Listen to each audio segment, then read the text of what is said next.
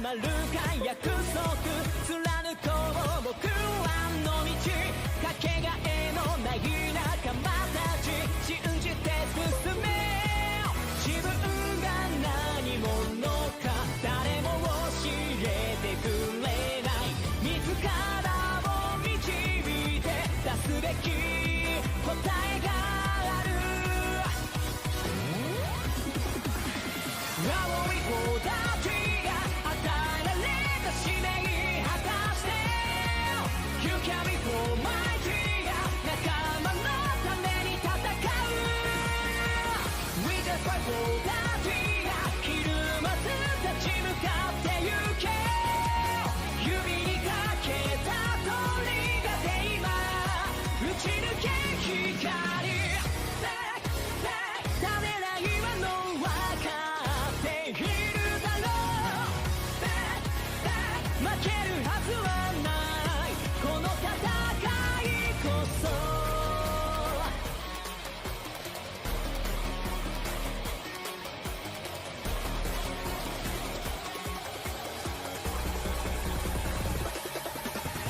ライトブラジが燃える闘志は火を起こしてなおキャブラジが重なる明けの運命ブラジが切り開けこの戦いを命に勇気を灯せ今引き金は僕だ準備はいいかブラジがブラジがブラジが Yeah yeah ブラジがブラジがブラジが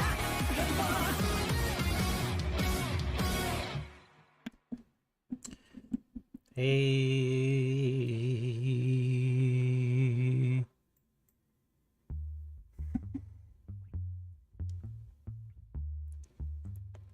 Let's do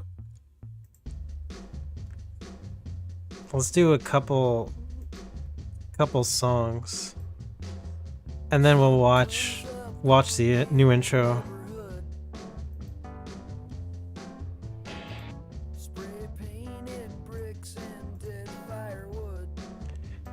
Dead firewood. Well, I don't know where I'm gonna be next. Where I'll be next.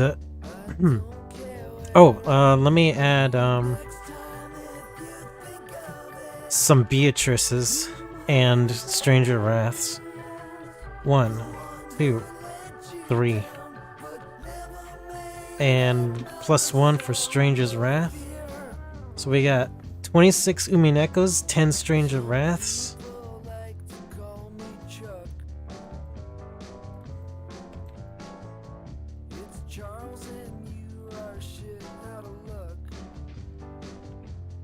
Ooh, bad of luck.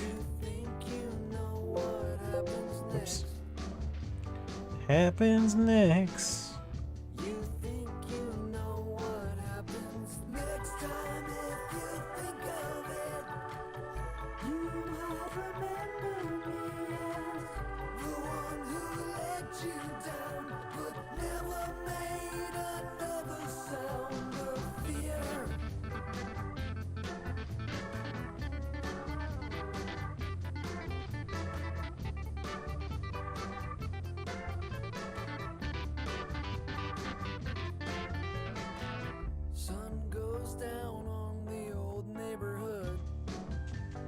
Bum, bum, bum, bum. Don't damp the stop where I once stood. I don't know where the bus stops next. All right, let's see. I don't care where the bus stops next. Time if you think of it. 10 minutes. Chance. Oh, more Umineko requests. All right. 1, 2, 3. Sound of fear. I can't hear. Oh shit. Where'd my timer go? Oh, my timer's in the living room. Let me get my timer. I love my timer. It helps me time things.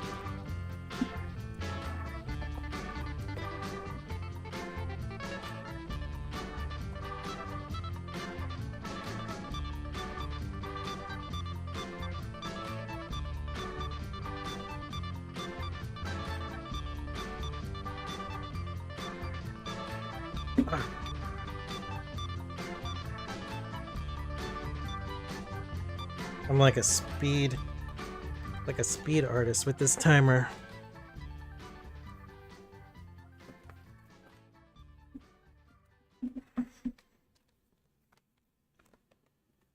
This is Jackie Chan's infamous Shell Project A job. stunt, where the iconic international performer fell 3 stories off an oversized Oh. clock face onto solid earth. Mirage, No protective padding. Jackie Chan survived this stunt. He also survived this stunt, and this one, and unbelievably this one. I know However, about today this we're going stunt. to discuss the stunt that almost killed Jackie Chan. Born Chan Kong Sang, the performer in question has appeared in American blockbusters, influential martial arts films, Wait, and what was I even doing? transcended into the status of pop culture phenomenon. And yet, one aspect of Chan's filmography that's not discussed nearly enough Junkman. is how close he's come to death in Got the it. pursuit of his art, and how that very close call might actually be the reason why he's so famous. Yes, we all know Jackie Chan performs many of his own stunts and trained for decades to be able to accomplish these superhuman feats. His performances have an intrinsic kinetic athleticism that wouldn't be possible without the dedication to his craft. But for the people outside of the industry, there seems to be a gap in the understanding of just how truly life-threatening many of Chan's attempted feats really are. Jackie Chan first appeared in film at the age of 8 in a project titled Big and Little Wong Tin Bar. Released in 1962, the film was a 1962, modest wow. success. However, its key contribution That's was to old. spark a passion in the young actor for filmmaking.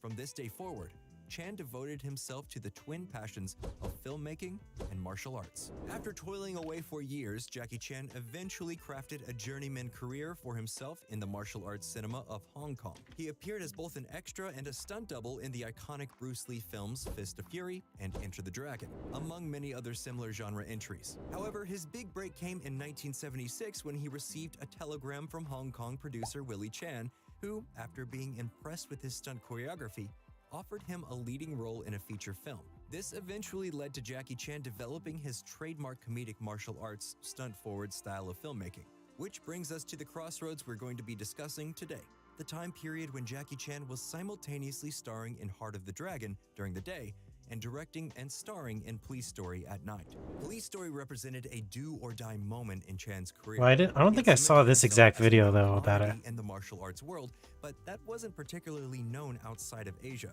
Not being Did I satisfied see with that, any new Chan game set about trailers? learning English and partaking in a much more creative role in the projects he was involved in. He knew a simple fact: if you wanted to be known on a global scale, you needed to be known in America. No. To break into the Hollywood system.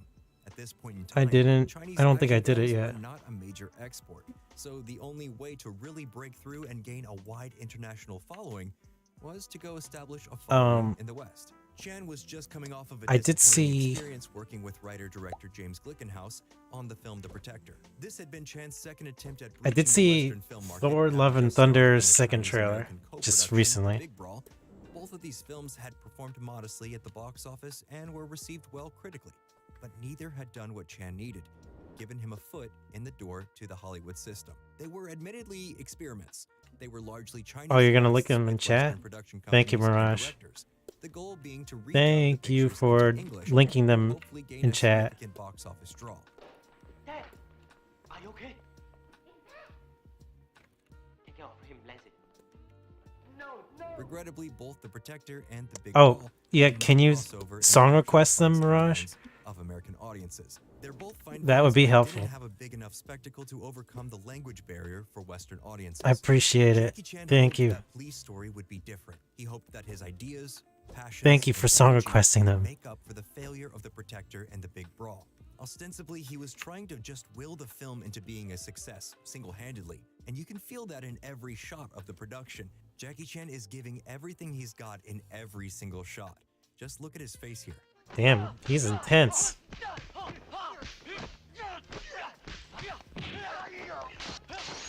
Damn. Hey guys, before I continue this video, I wanted to quickly tell you about a meal service that both my girlfriend and I are loving right now.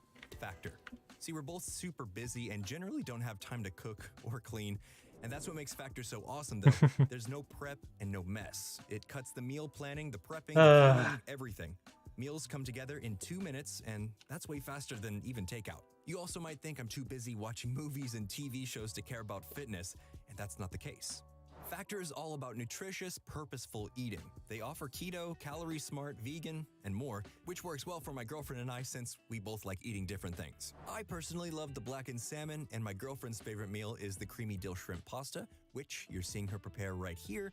They also offer other nutritious options like smoothies and juices, so you can always keep your fridge well stocked with Factor. You can't go wrong with the tropical fruit smoothie. It's delicious. Everything else So was head on over mad. to The Stray Cat game looked cool. go.factor75.com/nerdstalgic120 and use code nerdstalgic120 to get $120 off. Again, The that's Stray Cat game. factor75.com/nerdstalgic120 and use code nerdstalgic120 to get I feel like $120 off. that's the kind of thing that Meerkat would like to The film centers on a Hong Kong detective, Kevin Chan Kakuya, may be interested who takes in part in the playing largest one day. undercover sting in recent memory. Something- Police Story features something one-of-a-kind cat related. stunts, adrenaline-fueled action set pieces, and a go-for-broke approach to filmmaking that communicates the desperation and passion that Jackie Chan was feeling during the creation of the film. But I haven't seen it personally, so I don't know. I don't know how good it Into is. the American market, and that drive is She loves inarguably cats. manifested in the film's She's most obsessed with iconic them. stunt.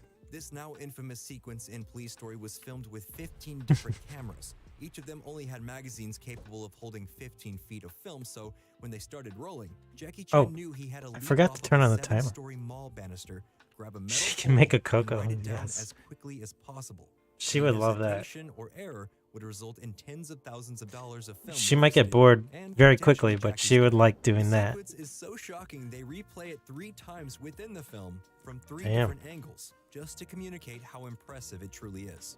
After Chan finished shooting the sequence, he was quickly whisked off to the set of Heart of the Dragon to continue his commitments there.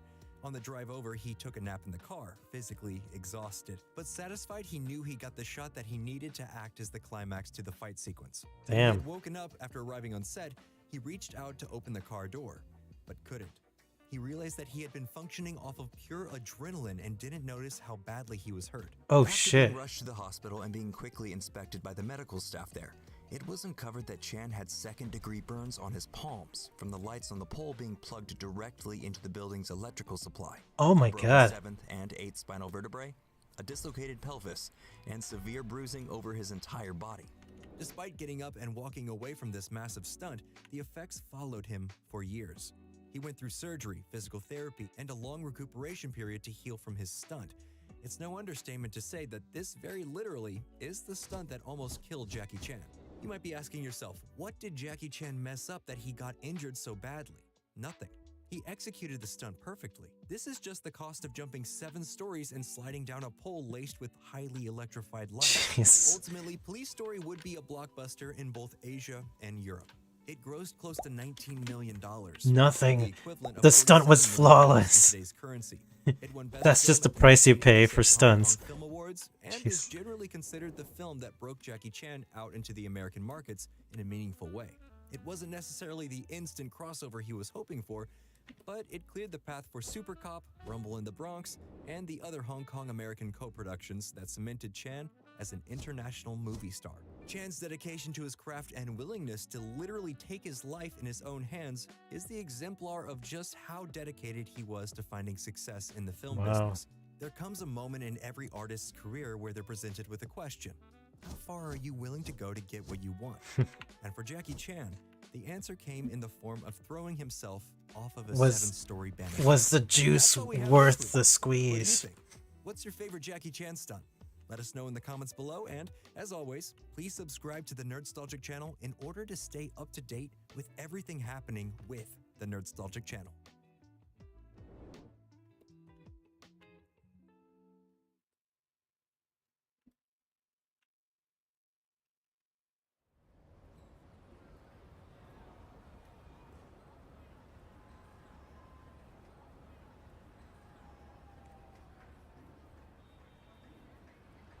Oh, let me request that last one for you.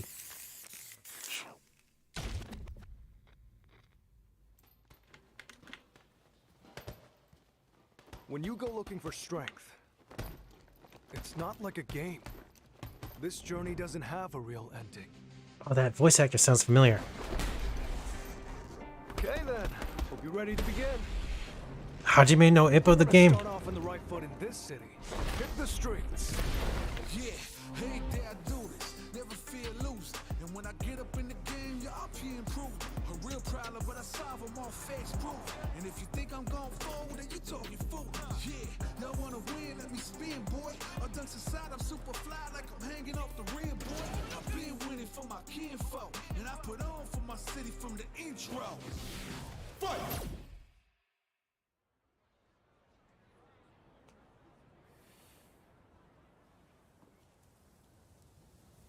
Wait. Is this Street Fighter? Did not expect this to be Street Fighter.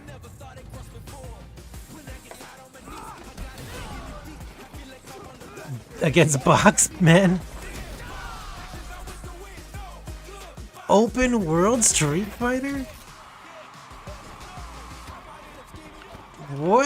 What a concept. Wow. Let me have some fun. Ready? Then show me. This will be a good fight.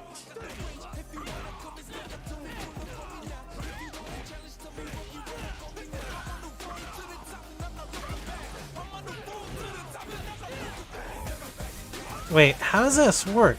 This is open world?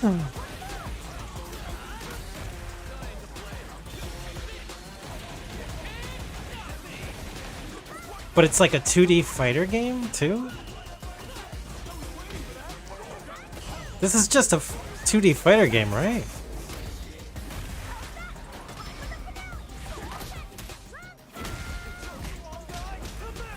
This is our destiny. My secret art.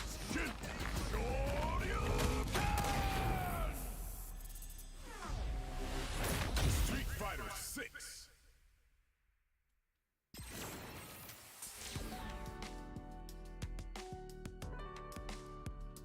Create a character part of his open world and can initiate 2D fights? What?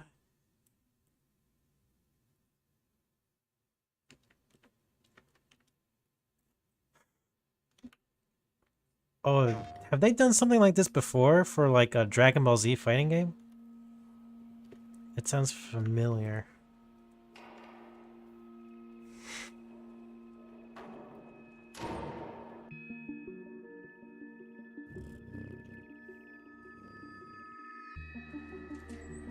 Meerkat.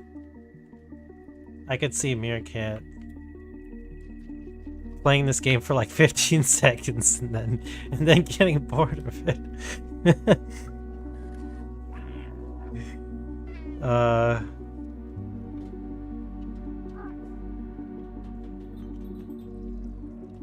It's basically you walk up and start a fight. That's the open world part of the game. Interesting.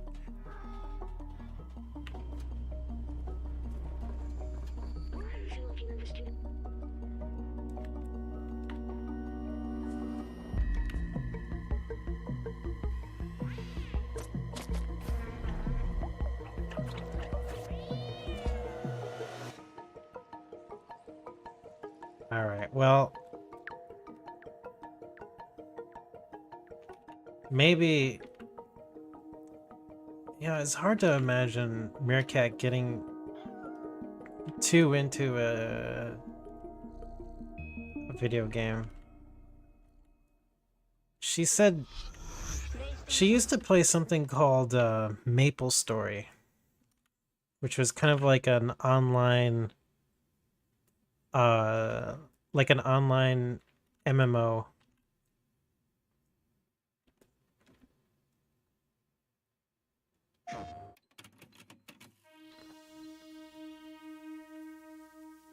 Final Fantasy In the year 2030, Devil May Cry meets Final a new Fantasy. blood Interesting. sport grips the globe. And in the arena, there will only be the victorious Hmm. and the dead.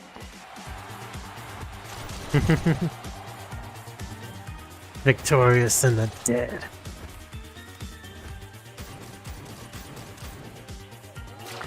Oh my god. So you're like Tony Hawk, but like a third-person shooter?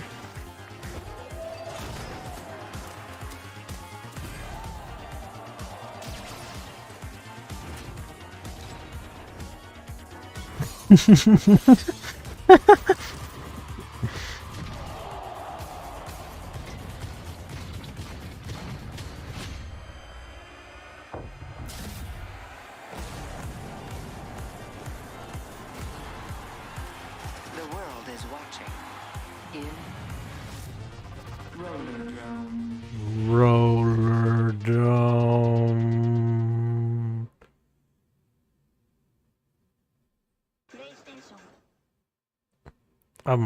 Raj, thanks for bumping that up. Thanks for bumping that up for Tato.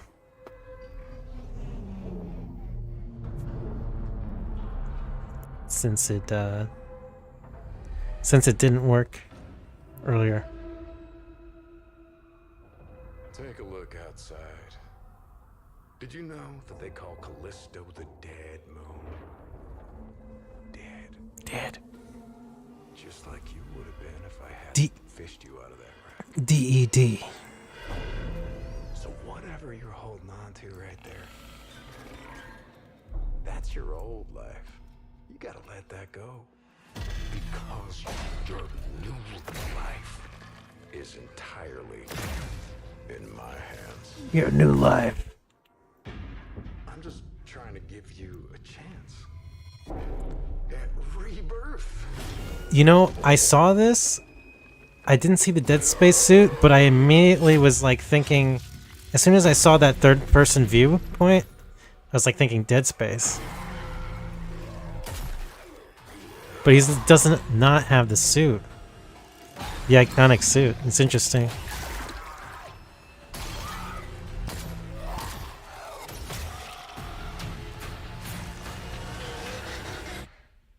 I just love that last part.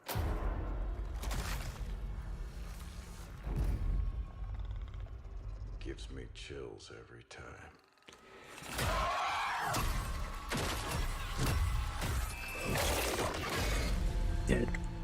Dead Space.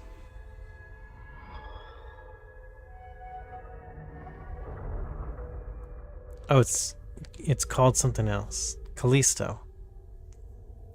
But it definitely has a Dead Space feel with that third-person viewpoint.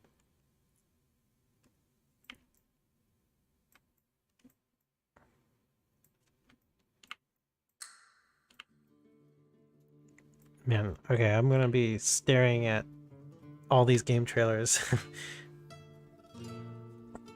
That makes a lot of sense by the same devs. It's like they're reusing like the character animations probably in the UI.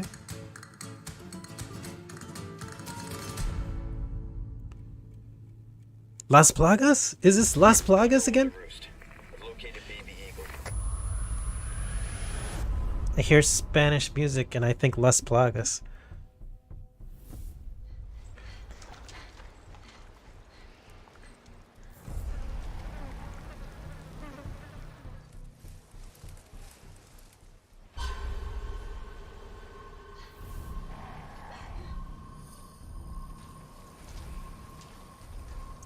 Hey, Mensoid.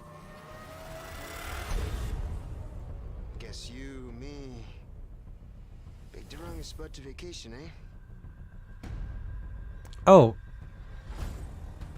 Mensoid, did you subscribe recently?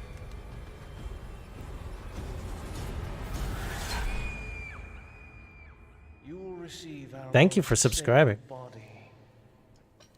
It begins now. Oh, you're gifted. Wow.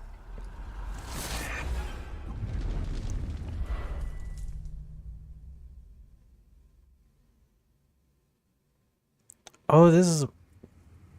If I could just forget what happened that night. The pain. Even for a second. Oh, this is a This remake time, of it can be different. Leon versus the Last Plagas. Wow. I'm pretty curious. What are they gonna do special for this remake?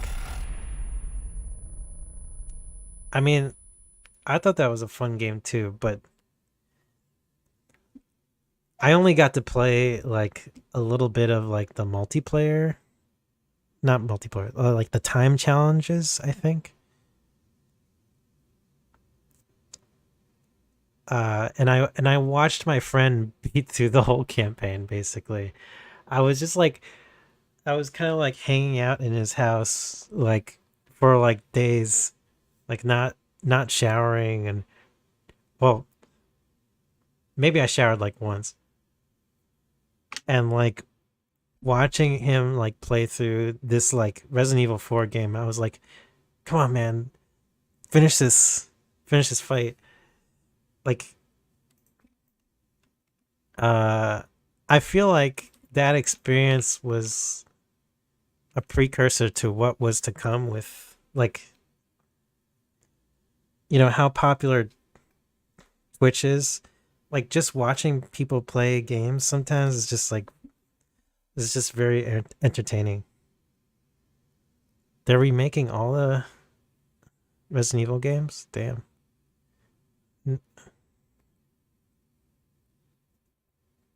You got no real money of your own.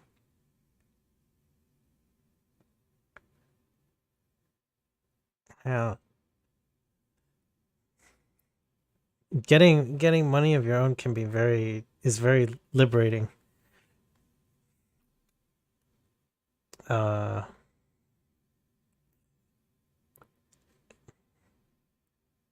Even if you're starting off getting, even if it's not that much from the beginning. What are the dominants? The power we wield. It wears away Yep. at our very It- being. It breaks us. It unmakes us. The mindset That its too. immaculate aspect might reveal itself. Let's see what this Final Fantasy 16. There's going to be another war, isn't there? Every day we delay brings us closer to disaster. We must move now.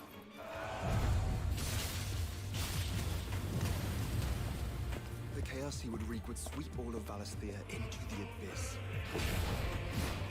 I don't give a shit about your chaos.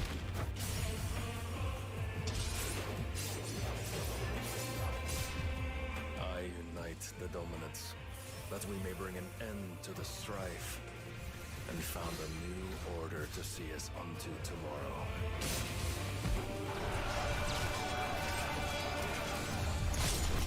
If I take the field, our due. So this is going to be turn-based, right? It's going to be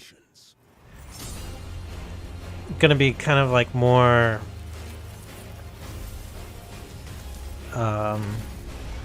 more like Devil May Cry kind of gameplay, you're saying?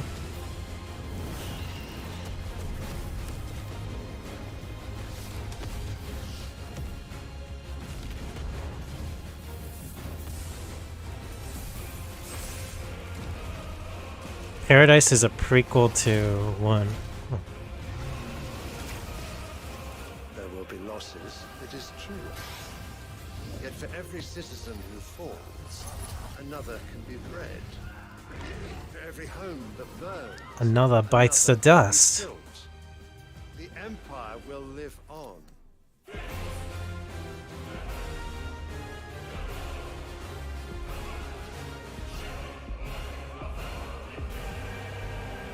Be free. Wow.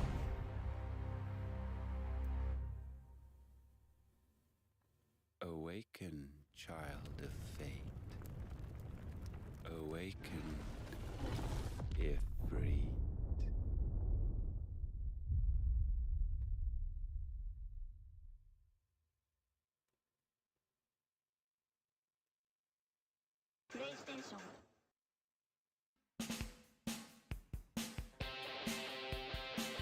Looks pretty cool. Looks more unique. It's like it's more gameplay oriented than it seems more gameplay and story oriented than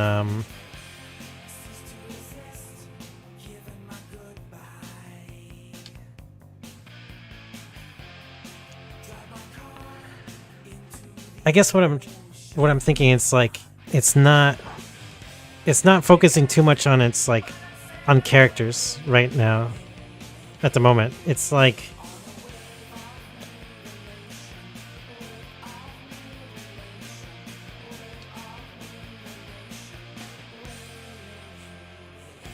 man, how do I articulate that? It just feels different than another Final Fantasy game. Than other Final Fantasies. Spider-Man is getting a PC port. Oh. Cool.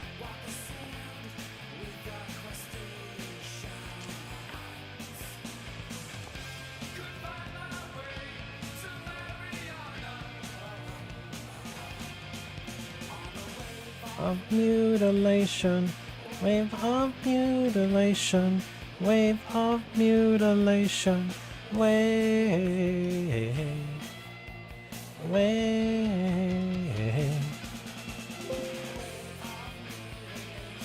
Okay.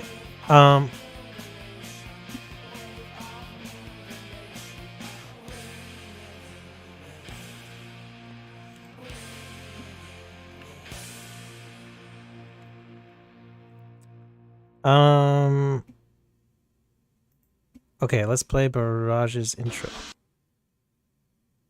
Let's play the new upcoming intro that isn't blocked.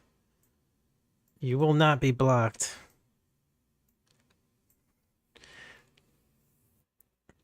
Oh, did you you request your opening? All right. All right. We'll watch it on Nightbot instead. Thank you for requesting it through Nightbot. Watching video games has always been very boring for me. I always prefer to play them. There's certain games that I enjoy watching more than playing.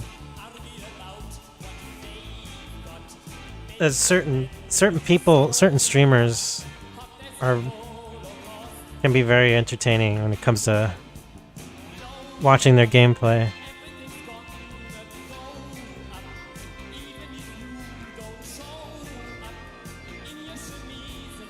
Like, you know, for some reason Total Eclipse.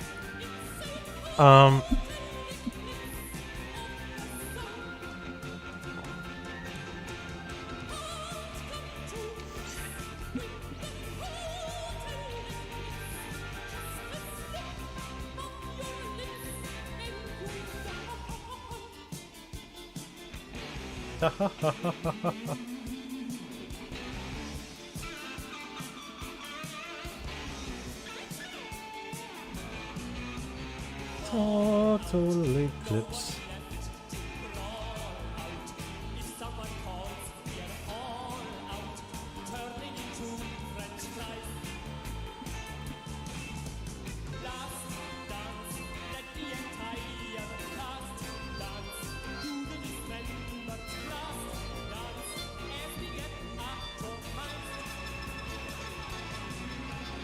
Total eclipse.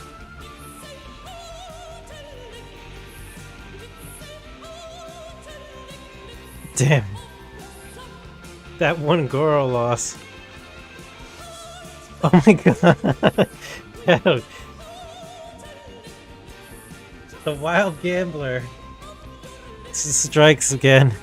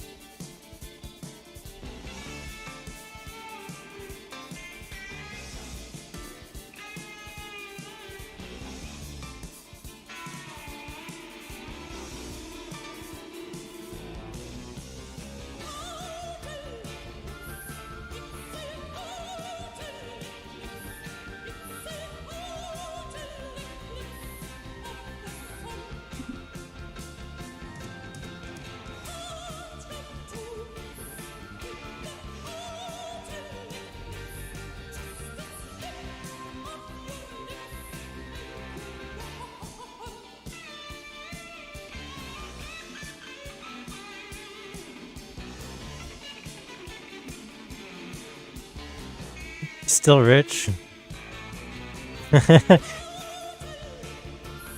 He's singing Total Eclipse.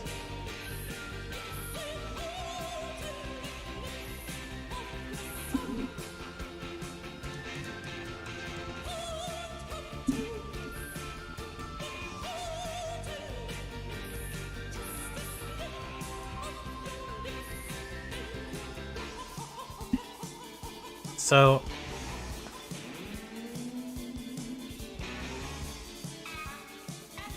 I wanted to point out, I don't know how Mike Tyson got bankrupted. It's kind of shocking to me.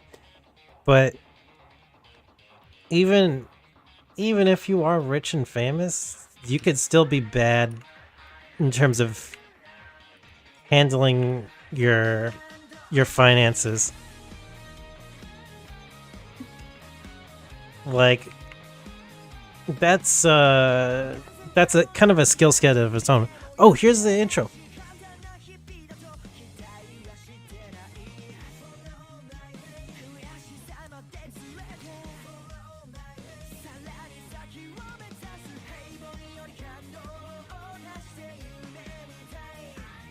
Mitai salami.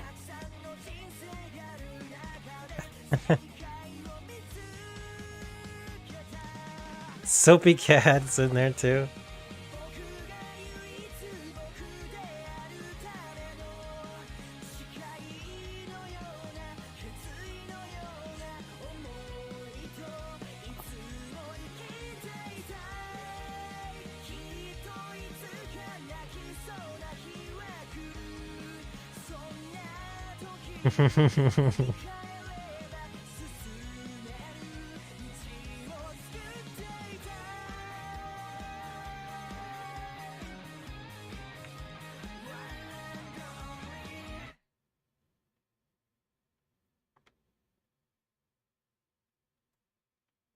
Cool.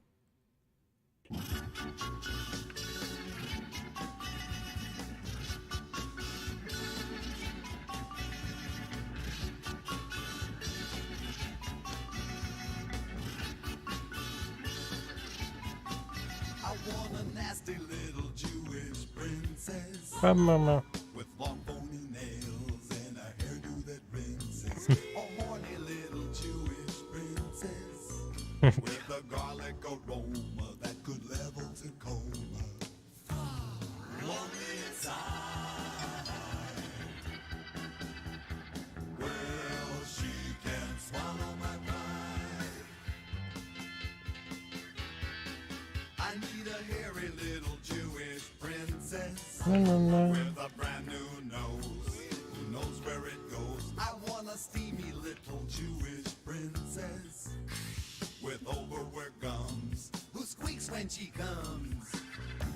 I don't want no troll. Jesus Christ.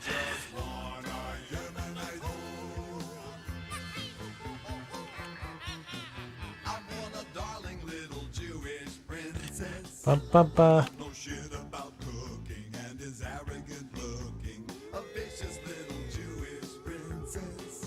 To specifically happen with a pee-pee that's snapping. All up inside.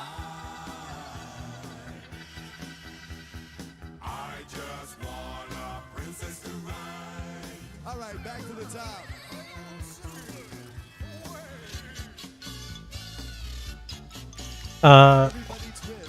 Oh yeah, in the novel, Spud is a big Frank Zappa fan and has a crush on his daughter, Moon Unit. I want a funky little Jewish princess. I grind her up on her with a pre-moistened dumper. A brazen little Jewish princess. With Titanic. At least he didn't use the, oh, it's all right, everything be all right.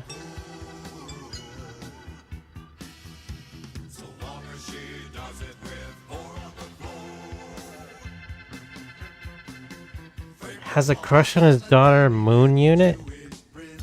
Is that a name? Is that a name of a character? Moon Unit?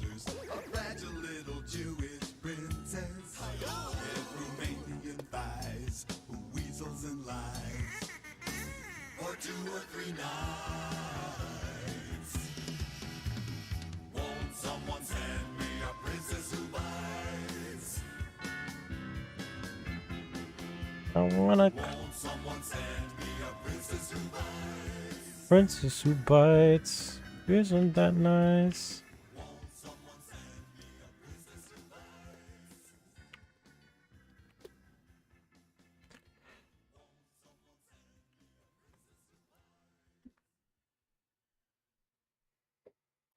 No, that's Frank Zappa's actual daughter's name.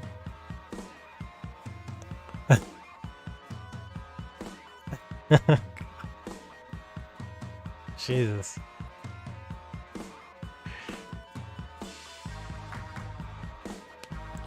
Have a Toku essay video for you to watch. It's a new one. I will click and save that for after a few more songs. Whoops.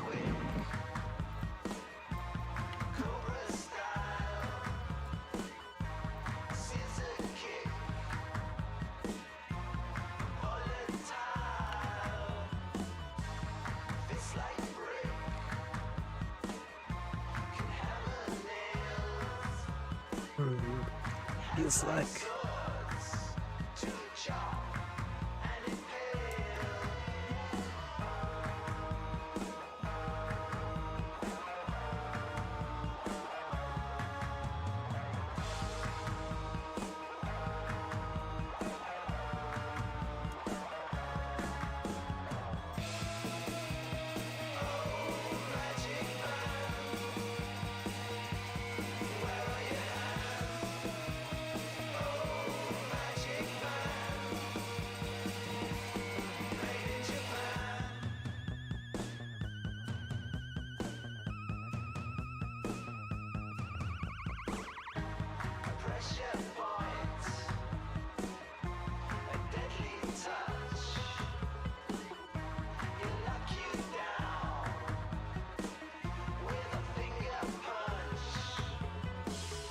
Alright, another 10 minutes bites the dust.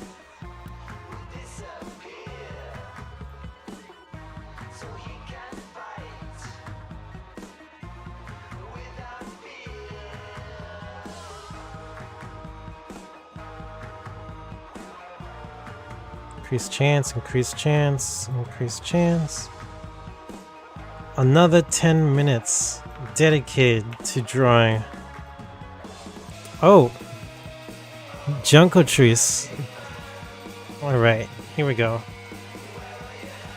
Another +1 to Umineko. And we'll do some Junko Trees drawing after Another 10.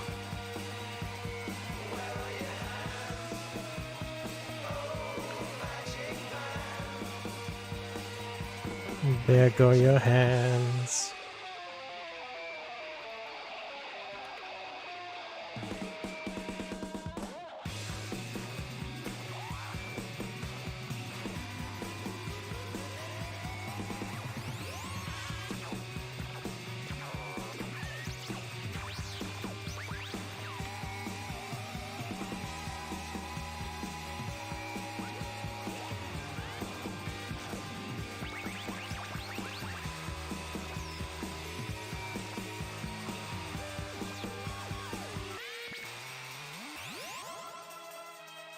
Oh, magic hands. Another Junko. Another +1. Has the stereo said anything about wanting this soon? He said this one, he would like me to take a good amount of time on this one, but he didn't specify how much time. I think I forgot to ask how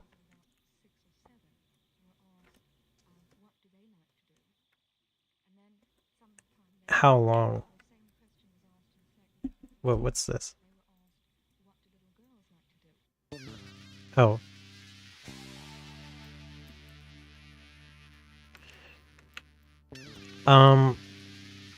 But I was planning to have at least something to show him, so then next time I talk to him, I can show him and then ask, like, when would you like this done? That's my plan generally.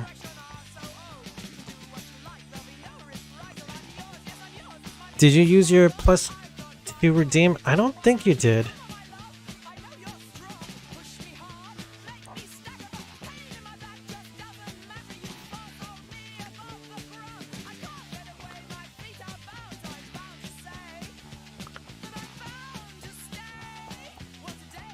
Did I add the other Junko trees? +1 for... Another +1 for Umineko. Shit. I'm gonna have to close this. Reopen it.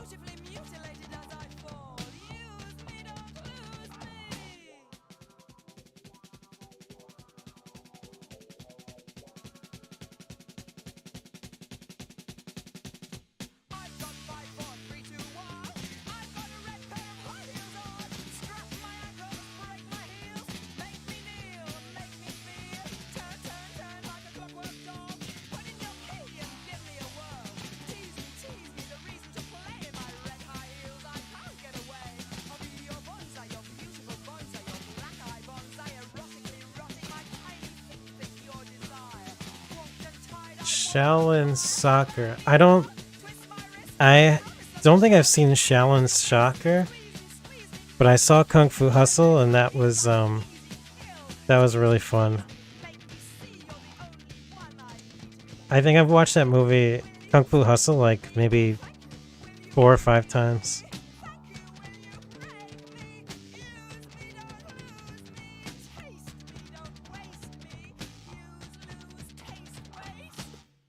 You lose, taste, waste. Crazy lazy.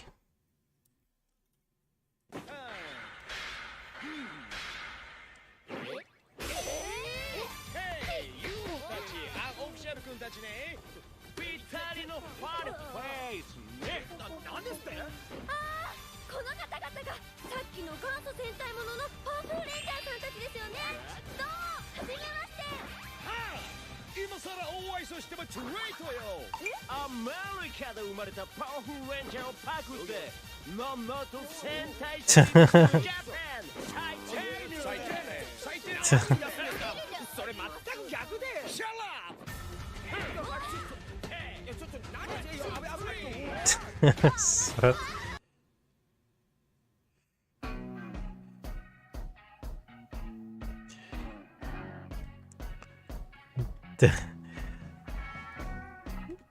Nice meme.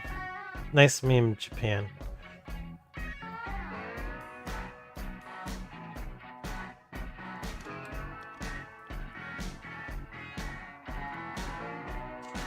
Ooh.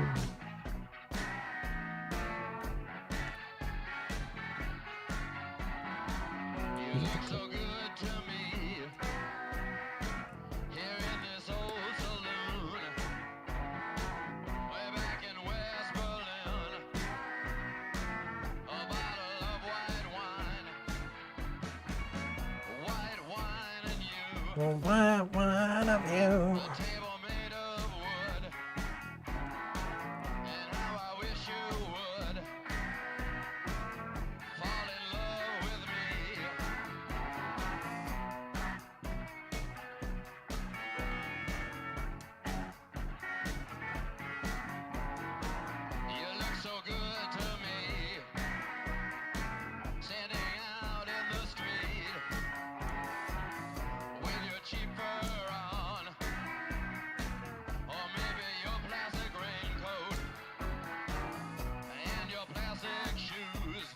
Plastic shoes.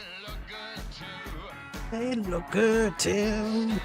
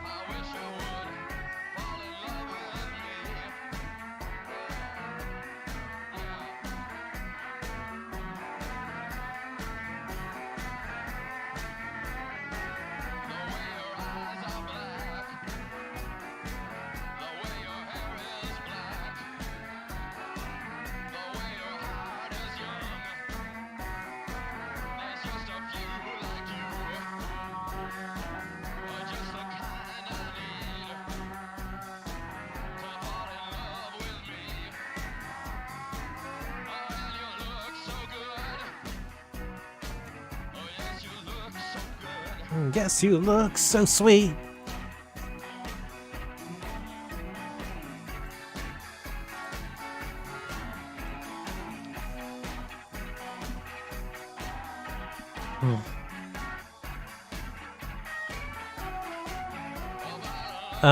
Have supposedly there is a rumor that Shredder's Revenge is dropping.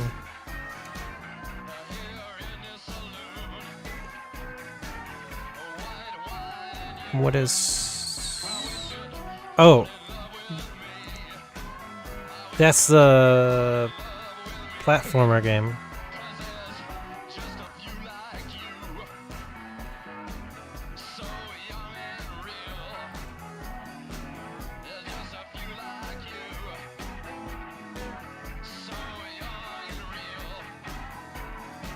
I love the sprites they have in this game. Looks very colorful, beautiful.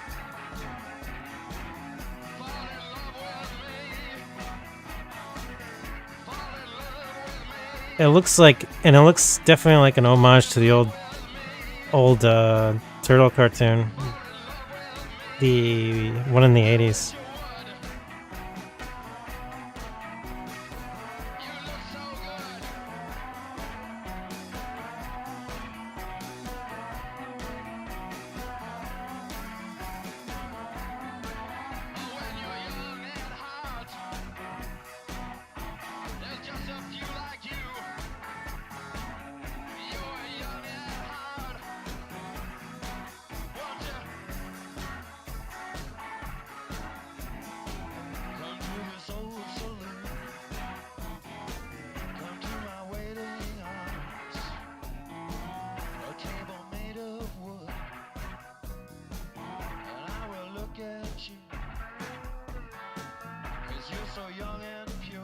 You're so young and pure.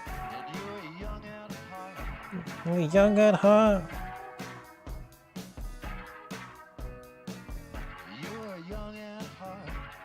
Boom, boom, boom, boom, boom.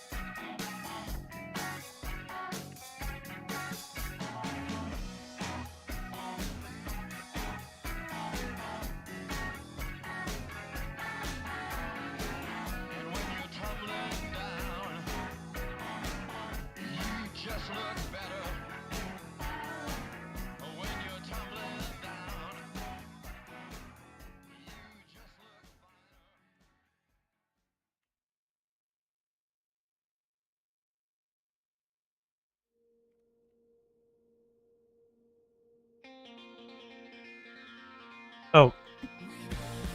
Let me, sorry. Let me put on the Tokusatsu. History of Classic Kyodai.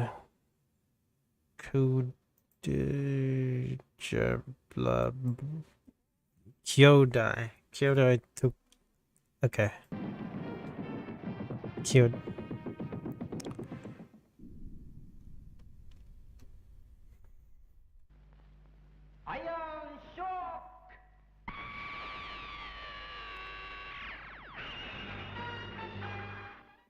So this isn't Ultraman. 1972, Iron King is a tokusatsu hero series that challenged many it's of the different than Ultraman. associated I thought it with was the Ultraman. to deliver a fun, accessible, and action-packed story.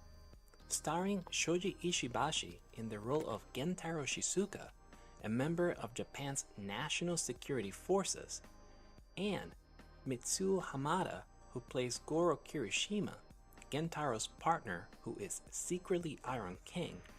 The series' storyline focuses on these two protagonists' journey as they make their way through Japan to counter the plots of multiple evil organizations. The show was broadcast by TBS on Sunday nights as part of the Takeda Hour and would have a total run of 26 episodes. Iron King was an original series by Nobuhirosha Productions, which subcontracted the actual work to Senkosha Productions. Senkosha was also the company behind the preceding tokusatsu series, Silver Mask, and is best known for their work on the Super Robot Red Baron, Mech Baron, and Gam Baron series. By the time I think we of had the those series toys. production, the tokusatsu hero genre had matured, and many of the series that were still being produced generally stuck to past conventions to ensure they met the expectations Won of their all your target Goros back. audiences Baron's and sponsors' needs. Baron When feeling squared. there was a real opportunity to break through the clutter with a different approach, Iron King screenplay writer Mamoru Sasaki whose previous Good job, running credits actually, include contributions to collecting Ultraman, those Ultra through 7, Ultraman Taro, your other, and Silver Mask, your decided other, to take several detours from the usual formula. The your most others. visible change was not to make the title character and giant hero, Iron King, the protagonist of the show. Instead, Gentaro Shizuka will be the program's lead character and presented as being just as capable of taking on the giant monsters as Iron King, to the point where throughout the series he is the one to defeat each of their giant opponents with nothing more than his sheer bravery, skills, and special weapon, the Iron Belt, which is able to transform to a sword or whip form. In addition to being made a secondary character, Iron King's civilian alter ego, Goro Kirishima, is presented in a way that stands in sharp contrast to the typical transforming hero, who inspires confidence and have a strong on-screen presence. In fact, at the beginning of the series, he shies away from getting involved in fights with enemy forces and tends to act nervously whenever giant monsters appear. Also, unlike other Giant Hero series of this era, which typically incorporated the visible presence of a special organization as a partner and support to the Giant Heroes, Iron King's national security forces remain mostly invisible as a background element. In fact, they don't appear in show until episode 19. This results in Gentaro and Goro consistently being Hey, that's me. in isolation of any support forces or communications from the organization, essentially making this a story about how the duo single-handedly takes down several threats to Japan, which throughout the series would include 3 different groups. Between episodes 1 That and was 10, me. Gentaro and Goro's mission is to counter the forces of the Shiranui clan, who are trying to fulfill a 2,000-year-old ambition to conquer Japan by using their 10 giant robots. After they are defeated in episode 10, a new organization is introduced, Phantom Opposition Ladies Party, don't know about which my is 10 led giant by the robots. Phantom Militia. They are the antagonists of the series between episodes 11 and 18, and like the Shiranui clan, they rely on giant robots to carry out their mission. After Gentaro destroys the Phantom Militia's base of operations, a threat from outer space arrives, the Titanians. They are a strange organization whose members have the ability to grow to giant form and transform into giant insect-like monsters. While superficially and thematically different, the battle between these 3 groups and Gentaro and Goro follow similar templates. The enemy forces make their presence known, which leads to an early battle between our heroes and their monster, which would then be followed by a more conclusive fight at the end of the episode. Regardless of the format and the different styles of monsters used, every one of these scenes have something in common. They are fun and action-packed. The bulk of the action tends to focus on Gentaro, who takes on all the ground forces before turning his attention to his giant adversaries. Throughout these fights, he leverages a wide range of martial arts-infused fighting alongside some great stunt work. When necessary, he also uses a personal weapon that can change between a sword or whip form and allows him to directly take on all the robots featured in the series. When Iron King appears, the action is staged in a wide range of settings that help convey the large scale of these battles. To the first half of the series, Iron King's role is to neutralize the giant robots to help Gentaro deliver the final blow that will destroy them. But as the series progressed, Iron King started to become more active and critical in the defeat of the robots, with his first direct win taking place in episode 16.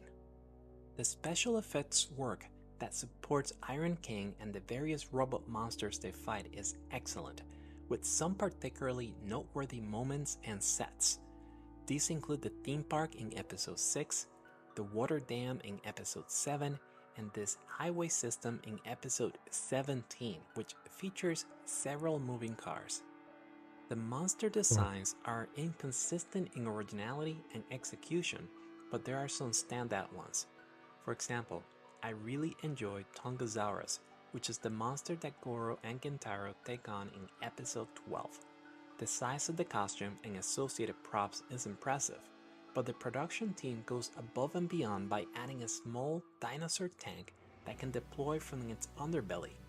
While it looks ridiculous, it dinosaur adds tank? an inventive touch to what could have otherwise been just another dinosaur monster.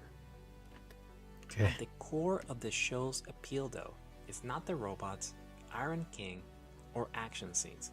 It's the dynamic banter and relationship between Goro and Gentaro. Their drastically different personalities and skills translate to unexpectedly fun character moments and development that at times outshine everything else in the story. It helps that Just each like our, episode is mostly just like centered my on two characters art due streams. to the absence of a larger recurrent cast. That is not to say there aren't additional support characters, especially in the first 10 episodes, but the small number of them helps keep Gentaro and Goro's banter in focus and the story moving at a steady pace. The majority of the supporting cast throughout the show is made up by a series of popular actresses and female idols from this period. This include Shieko Morikawa, who played Yukiko, a traveling companion Yukiko. of Gentaro and Goro through the first 6 episodes of the series and acted as an undercover agent for the Shiranui clan. Previous to this work, the actress appeared in the original Kamen Rider TV series and Youth on the Court, where she played the role of Makoto Toyo. After wrapping up its original TV run, Iron King would go on to be rebroadcast on multiple occasions, with its 1985 re-airing being noteworthy for launching an urban legend about there being a final episode of Ultraman, where the hero went berserk and destroyed the town. Oh. This is in fact due to this re-airing ending with an oddly edited version of episode 25 More. that cut out the to All right. be continued message Plus that 1, appears in 2 the final for seconds Umineko. to make way for an announcement for the premiere of Machine Man, which would air the following week. This particular broadcast was actually uploaded to YouTube last year. To watch it, use the link in the description below. 2 Junko In Trees addition to being played again and on 1 Japanese Dante. television, Date. Iron King has also been released multiple times on home video. These releases include a Toho Laserdisc box in 1990, a second Laserdisc collection in 1998, and a VHS set in 1999. In 2001, the first DVD set was released for the series, which would be followed by another DVD set in 2006 that featured multiple color and scratch corrections. Can you guys see the holes in this shirt? Under the supervision of the Digital Ultra This shirt is Project, really beat up. was also released I'm wearing. in 2011. Iron King has also seen an official DVD release in North America. Produced by BCI Eclipse, Iron King the Complete Series was made available in November of 2007. A more economical version of this set would be released in 2010 by Mill Creek Entertainment. During its original run on television, Iron King was also supported by various manga serializations across numerous grade-specific magazines published by Shogakukan. The show also was supported by several merchandising tie-ins that included everything from action figures to books and music records. And while the character is yet to resurface in modern media, Iron King was teased as the potential next Senkosha Tokusatsu Hero series to be rebooted at the end of the 2017 movie Brainstorm. If you're a fan of Ultraman or other giant Tokusatsu Hero series and haven't watched Iron King, I can't recommend this series highly enough. It has fun characters, explosive action scenes, and very simple stories that make it easy to just sit back and enjoy the spectacle.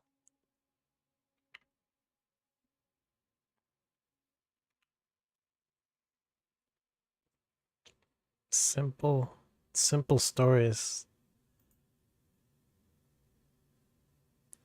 The Goro character was promising, but when he said simple stories, I was like, how simple are you going?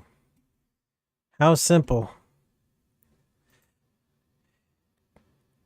Yeah, we should do the turtle comic before the game, but give me like 12 good minutes. I need 12 good minutes before we do that.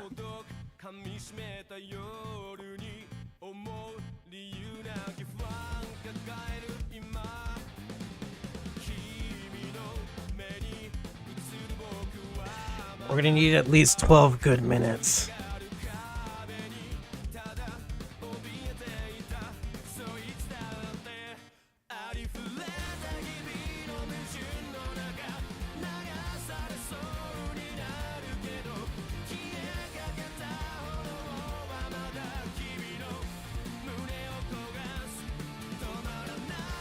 To 31.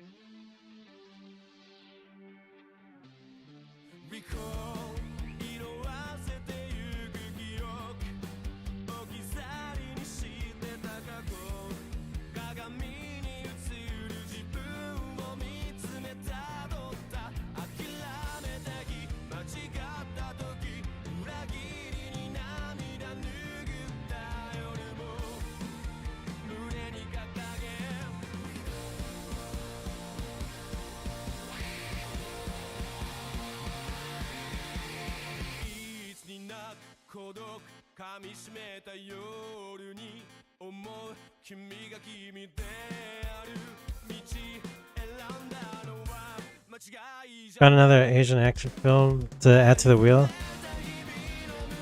Restart the Earth.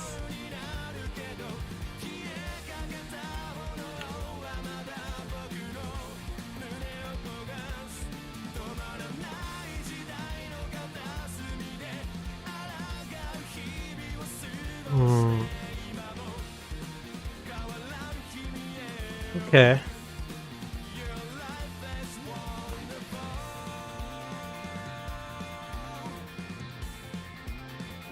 Who,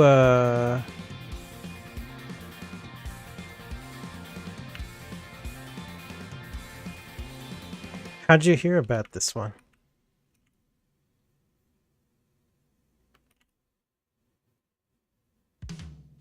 Actually, another question. What's it about? Or any details of what it's about?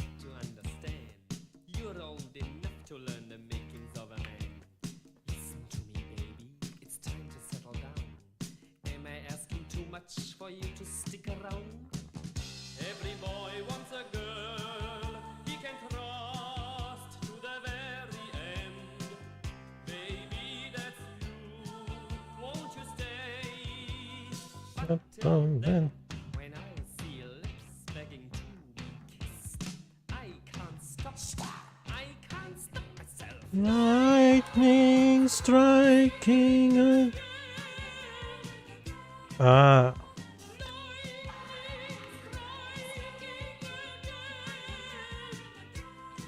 Alright, we'll check it out. See what the trailer is.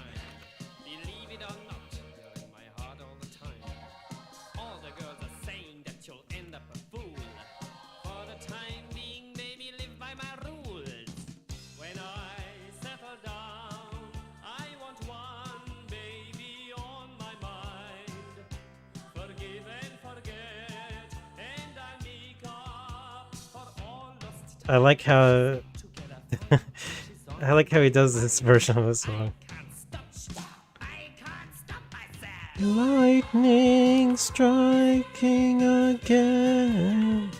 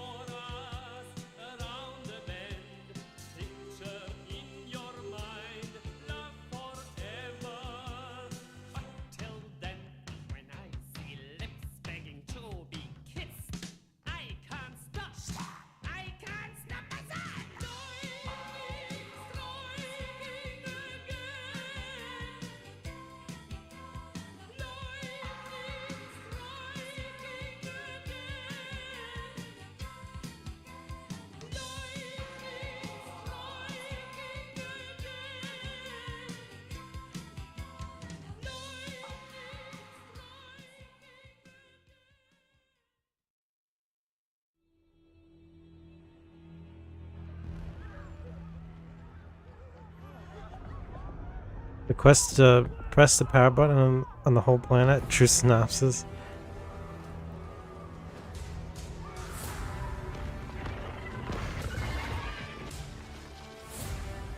Oh Jesus! It's like a action sci-fi epic.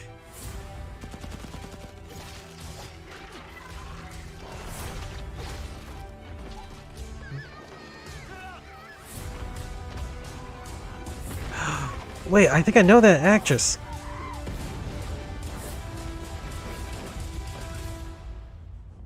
I think she's in the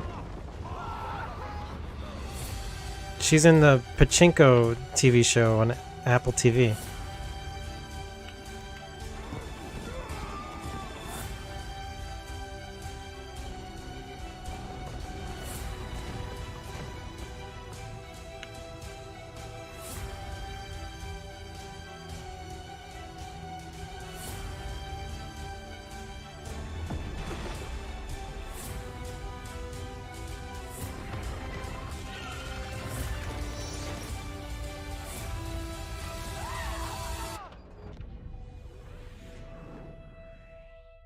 Restart.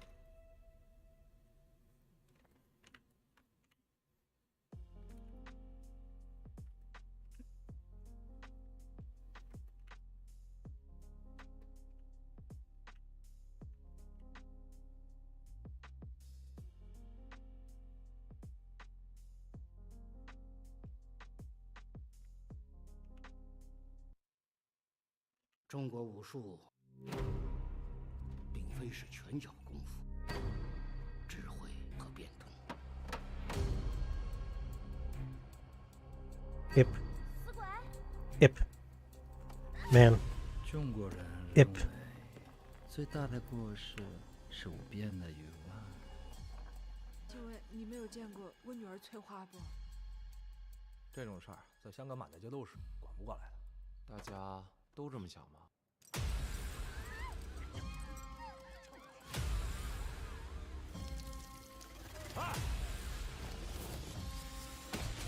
Man. Ip. Man.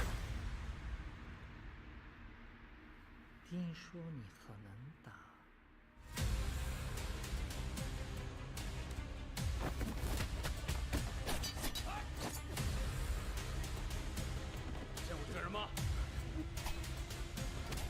You've never seen any of the Ip Man? I think I saw the first one. It's a fun.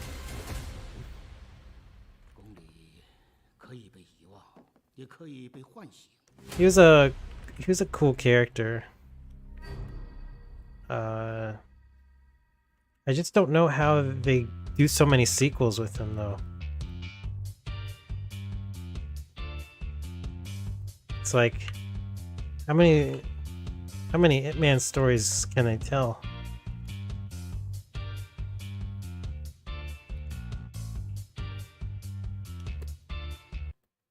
T-minus 10, 9, 8, 7, 6, 5.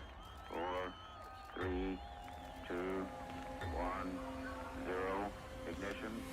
With Hitman just focus on the Donnie Yen franchise? Yeah.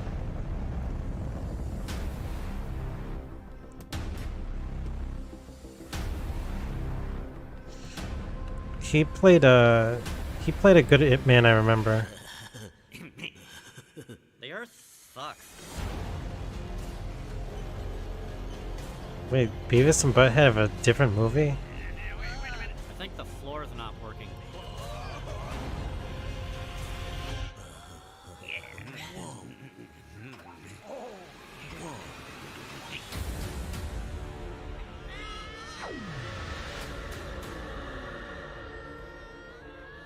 Look at that number up there on the billboard.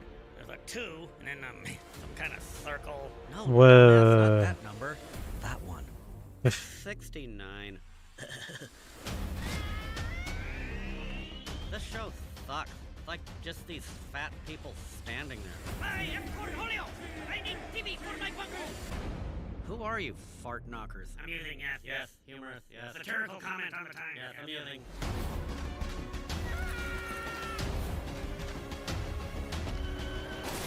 Is this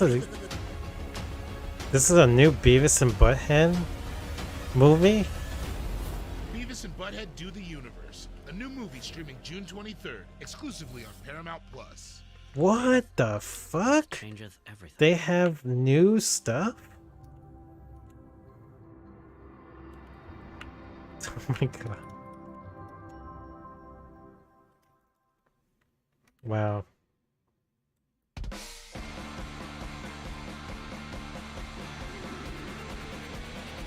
And I'm walking in the black hole, acting like I know everything. Like a prison, I'm pretty like waiting for the truth. She does not leave from the bedroom, thinking that like Beavis and Butthead is a franchise I got over after, you know, after enjoying it during, you know, when I was younger, but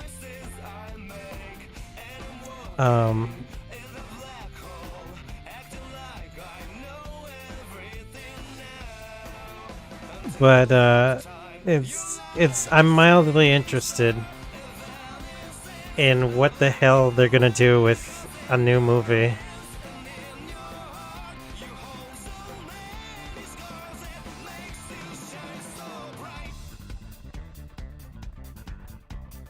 With one spin-off?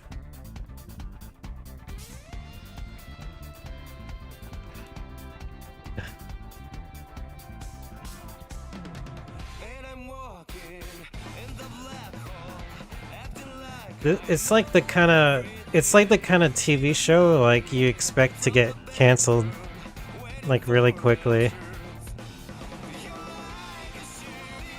So I'm like, I guess I'm curious like how they're gonna navigate a movie like this.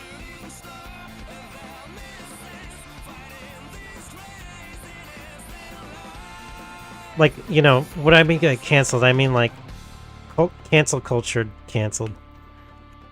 That's what I mean by canceled. Not like, oh, its ratings are bad.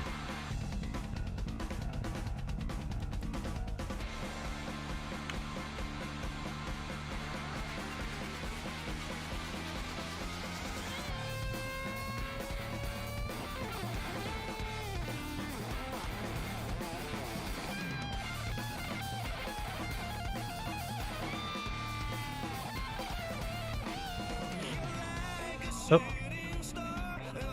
I saw Do America a long time ago. And then that was like the last point I was interested at all in Beavis and Butthead. I was like, okay, I'm done.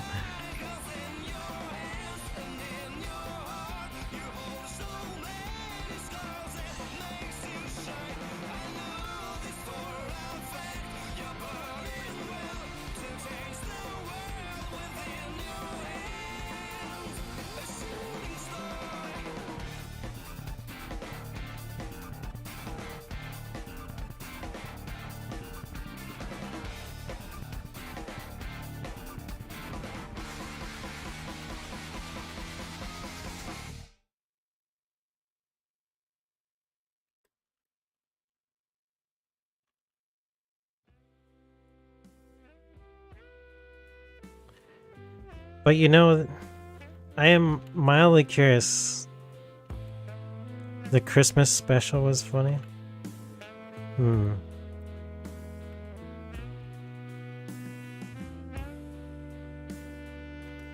Okay, I'm like working this beyond the drawing requests. I mean, 12 minutes exactly. That's what I mean.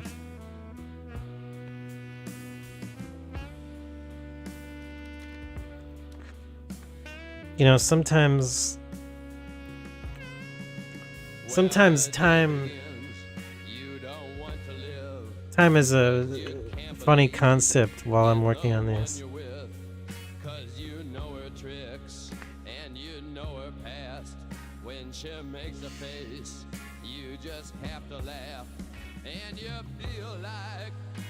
A fan wanted to score with them.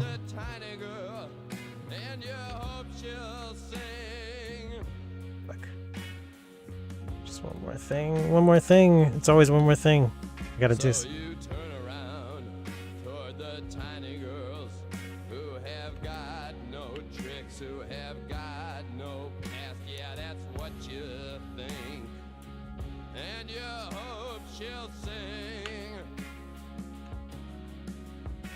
She sings of greed like a young banshee, and she wants for this, and she wants for that. Ah, what did you think?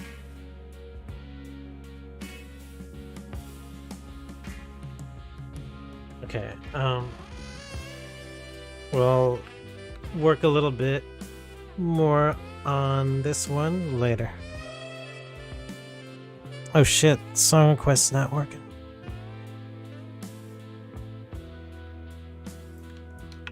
Hold on. Oh. Interesting. Okay.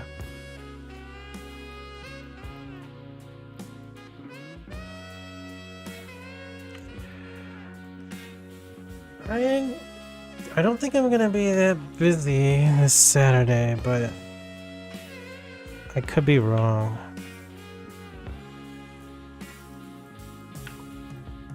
So I thought I was gonna have a job from my side art boss this like week, but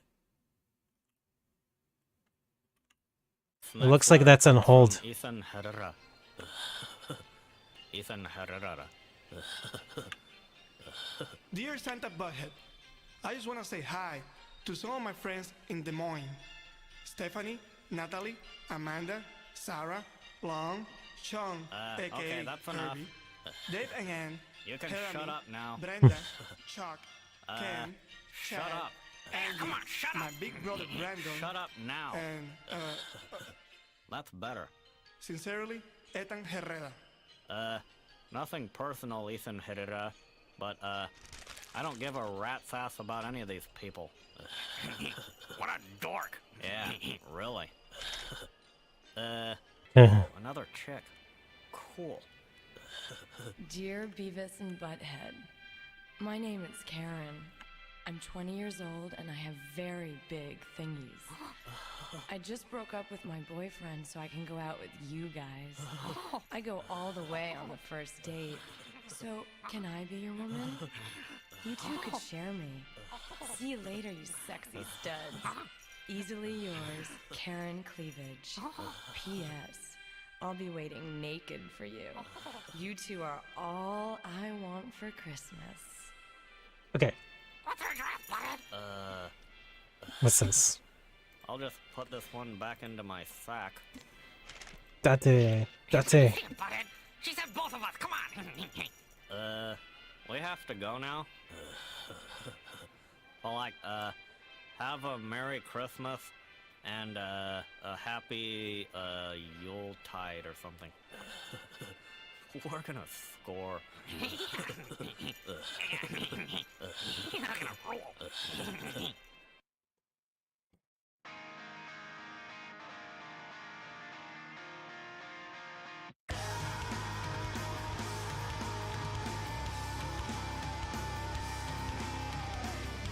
Let me see, which one is farther along? This is the old one. This is the old one. I think this is the newer one.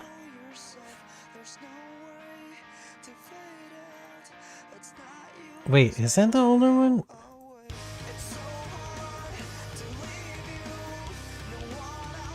I think this is, yeah, this one.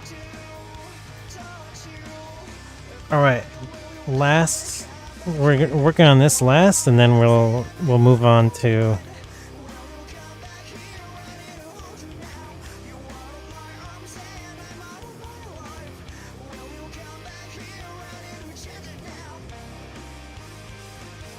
Turtle Comic, and then Wheel Spin.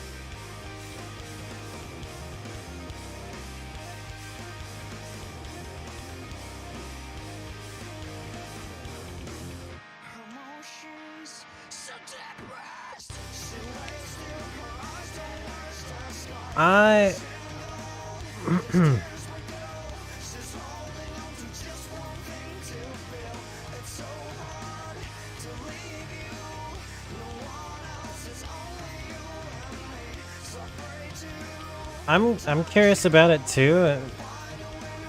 I think it's gonna be refreshing that there's gonna be a series that it's not based on Tatooine. It's like the last 3 Star Wars series, like all been Tatooine.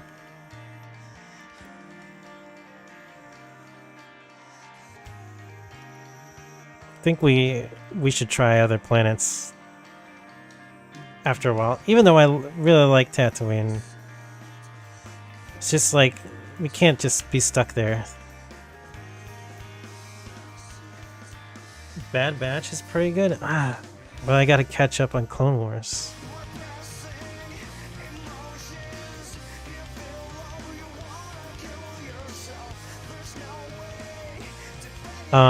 And I would like to watch Rebels too.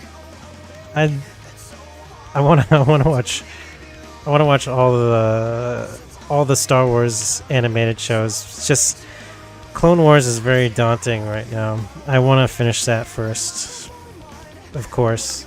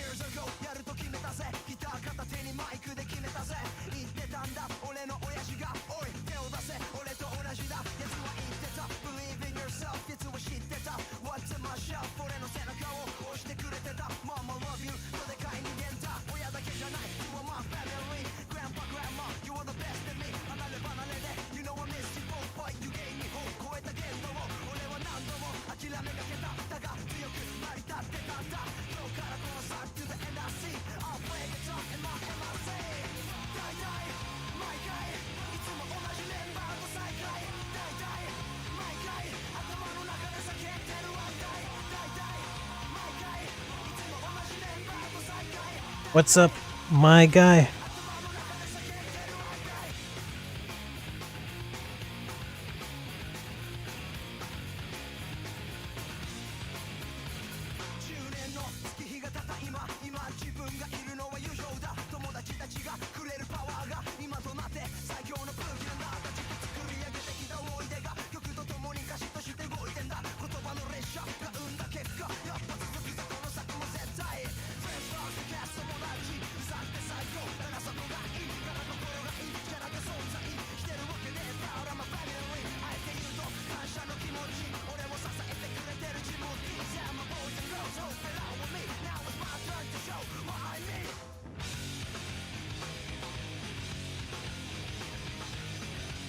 Rebels feels like what RID 2015 is to TF Prime.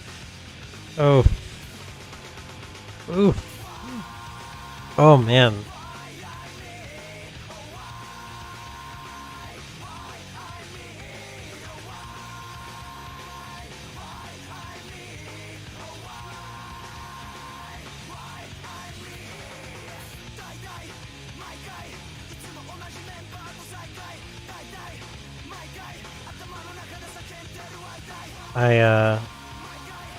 I will have to see it for myself though.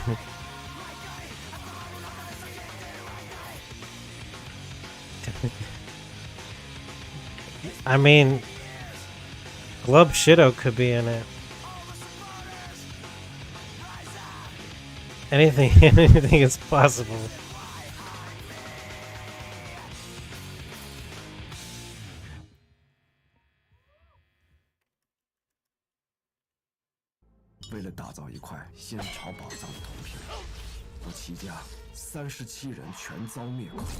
One, two. Buckle my shoe.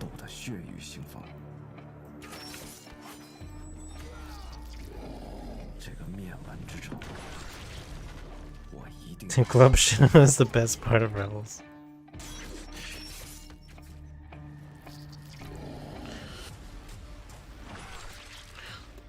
I was the first one to notice Glub Shido in that Cantina scene.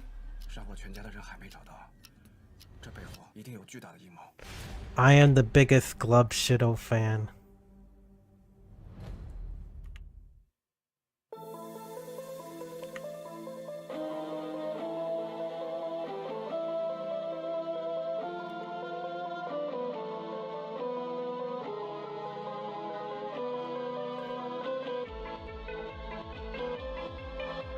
Honestly, I am so happy they're making like Star Wars TV content like this. I've been waiting for this for like years.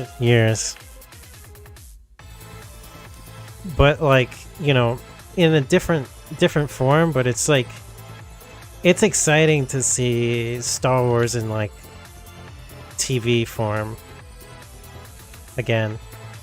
Or like these like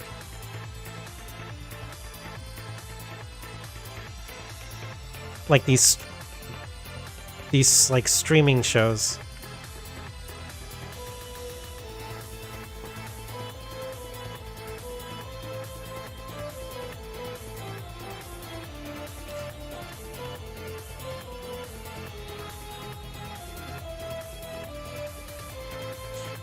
It's like it may not be like exactly what I want in terms of Star Wars content, but it's like it's building on itself, it's evolving.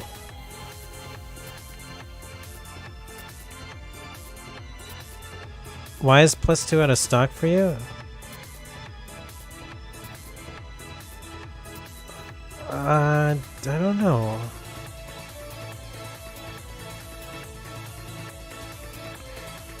Let me see. I think there's a certain limit. There's a certain limit per stream as well for it. I think there's two kinds of limits I set on it, I believe.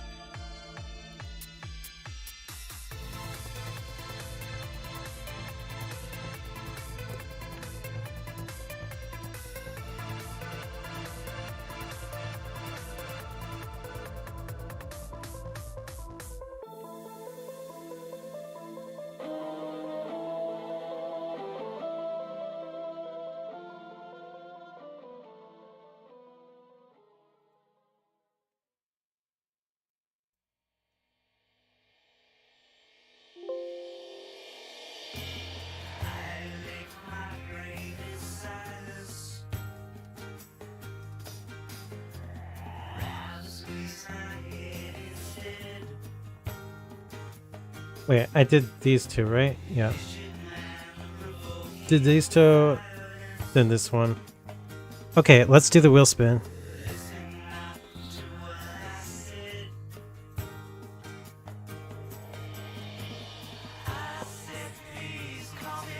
You thought it resets daily? Yeah, it usually does. It's weird. Why isn't it? Why wouldn't it be working for you?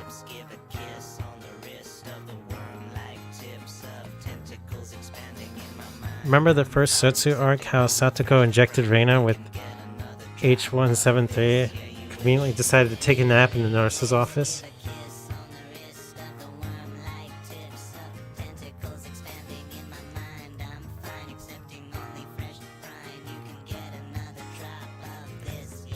Oh shit, she set a trap!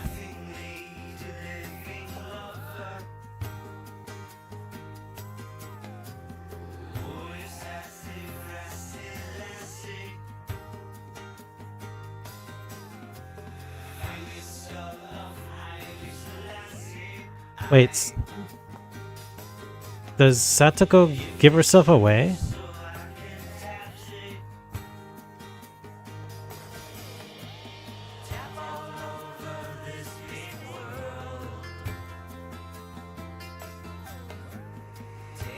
Turtle, yes. Where are we? Which chapter was it again?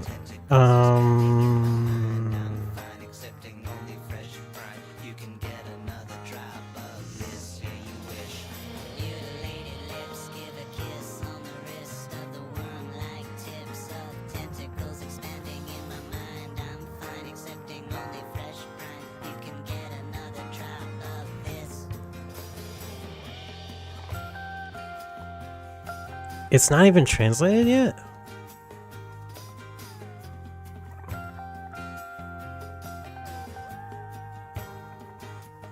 So the anime comes out before the manga? I guess I'm a little confused.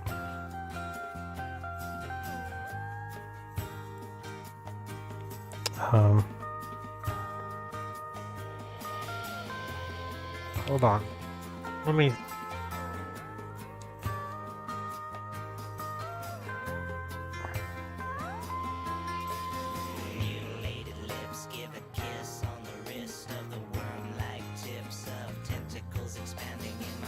Let me see something.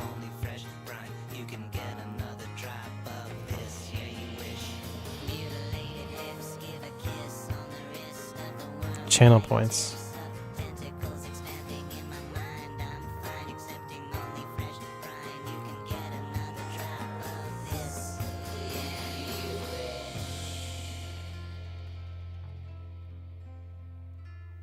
Okay, so I have... So these are the limitations. It's 6 per stream.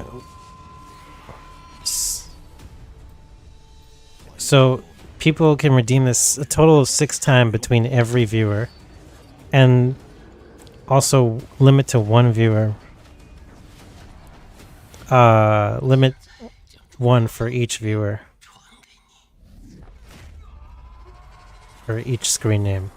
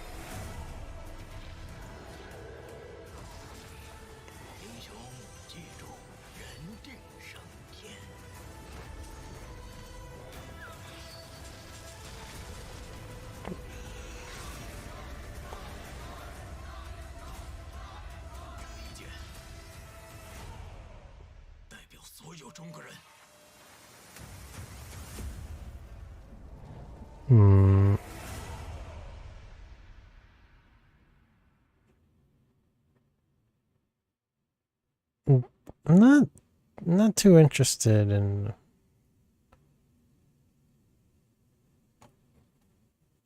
Oh shit. Oh, you know what, Mirage? Try refreshing.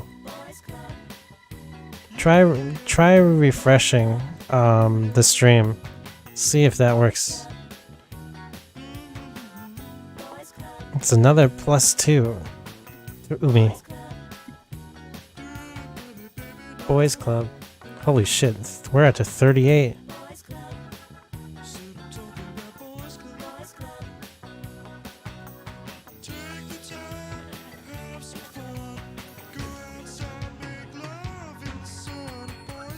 How many redemptions of that have we gotten through now? I think we've gotten 1, 2,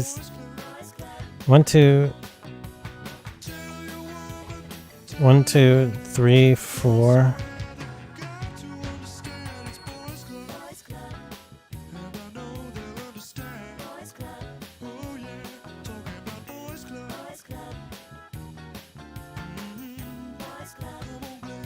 Out of stock even with a fresh. 1, 2, 3, 4. You're gonna be 80 before finish changes rad. Even with only one more playthrough to go. Just a miracle can still. I know. Junkman. We're up to Junkman, right?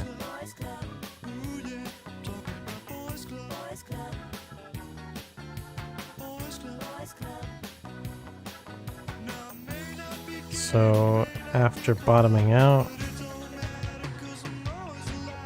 trading.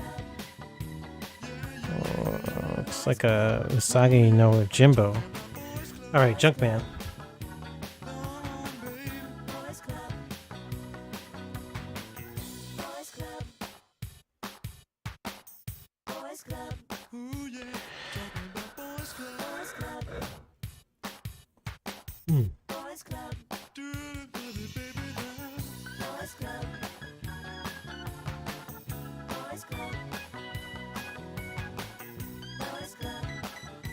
I'm free, miserable organics.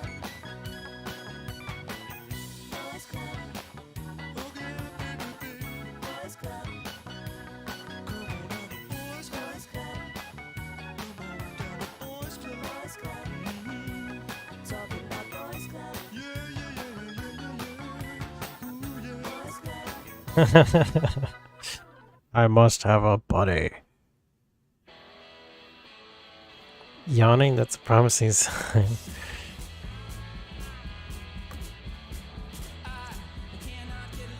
You will pay for my imprisonment. Sorry.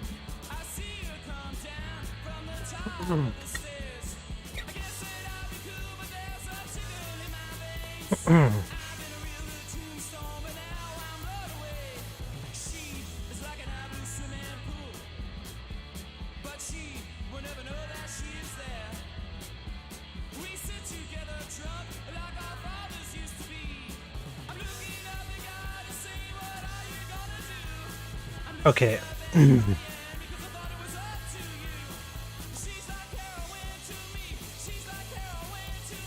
How is Donnie's staff able to, like, basically slash through metal like that?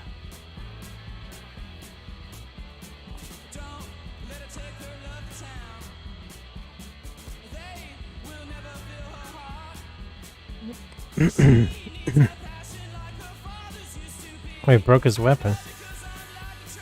His bow staff.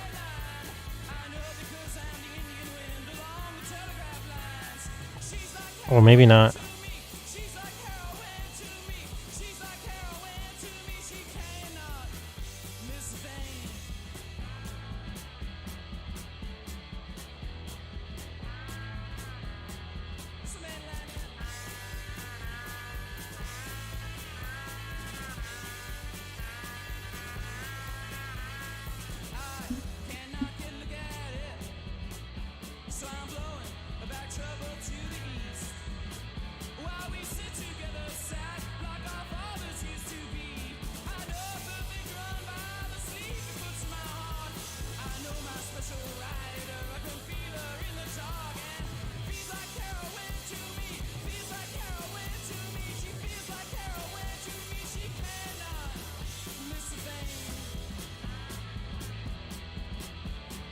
The thanks are mine, Earth Creature, for my release.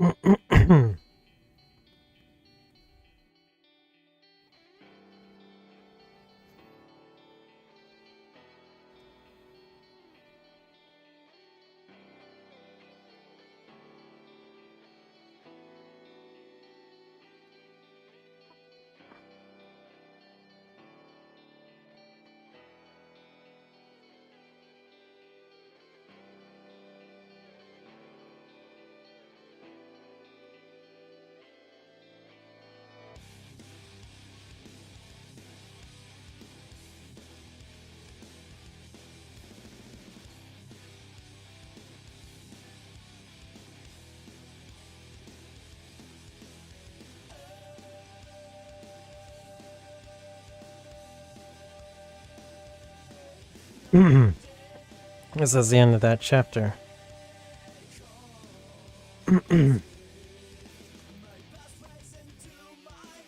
Nice short little chapter. Okay, let's set up the wheel spin. Wheel. Decide. Text me again.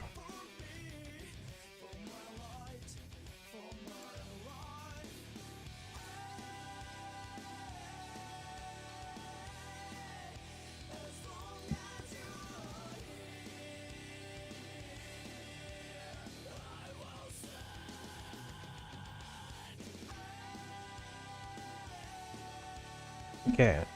Add choices.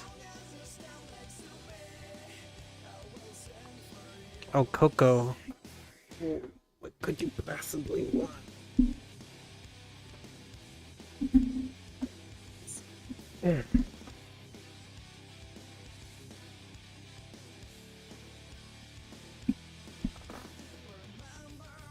Oh, another plus one to Umineko. Okay.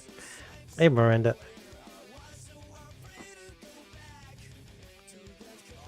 Wow, 39. Shall we count? 1, 2, 3, 4, 5, 6, 7, 8, 9, 10, 11, 12, 13, 14, 15, 16, 17, 18, 19, 20, 21, 22, 23, 24, 25, 26, 27, 28, 29, 30, 31, 32, 33, 34, 35, 36, 37, 38, 39. Whew, okay, Stranger's Wrath. Now, we got 10 Stranger's Wrath. 1, 2, 3, 4, 5, 6, 7, 8, 9, 10. Which game? Here we go. Alright, so we're gonna do the test spin first.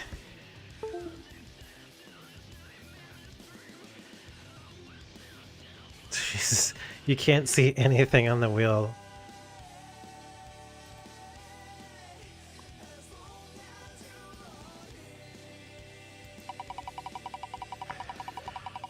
I just trust in the heart of the wheel. Origin manga is the test spin. Alright. Here comes the real spin. You ready? I imagine Beatrice has taken up this whole wheel. Or it's like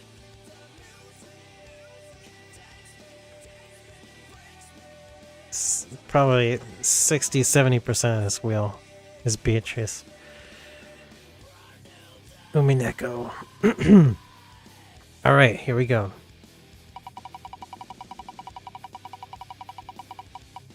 Let's see. Oh my god. What are the chances? Oh my god.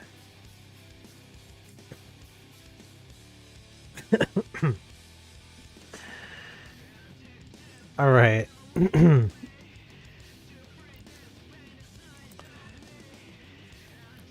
You guys have been getting lucky actually, because it keeps on landing on other things during the test spin.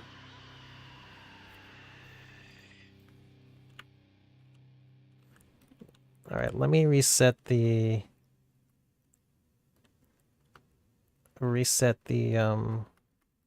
counter.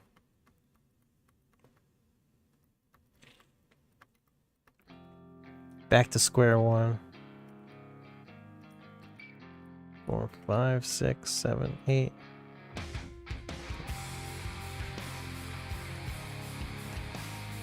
All right.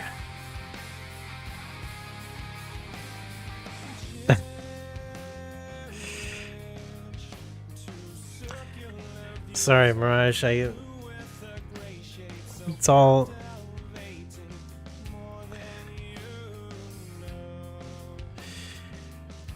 I think you're gonna eventually hit it again. You have hit it before a few times.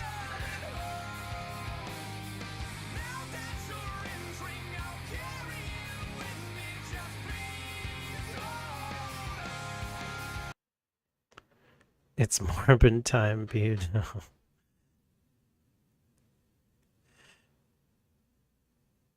It definitely landed on Morinda's redeem.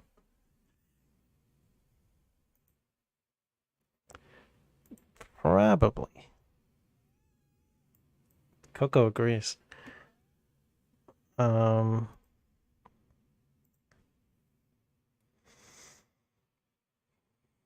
Sunrise.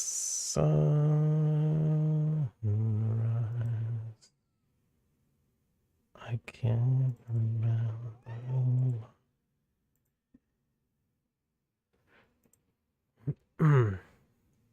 Okay.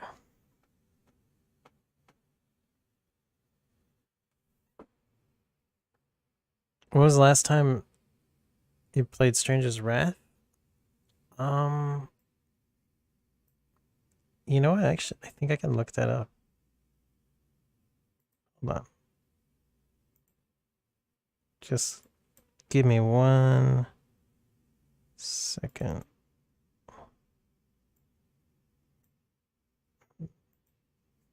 It's not there.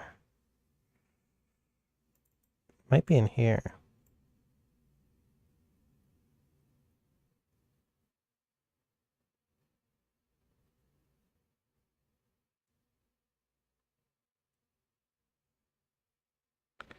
See, I have a Doom 3 thing there.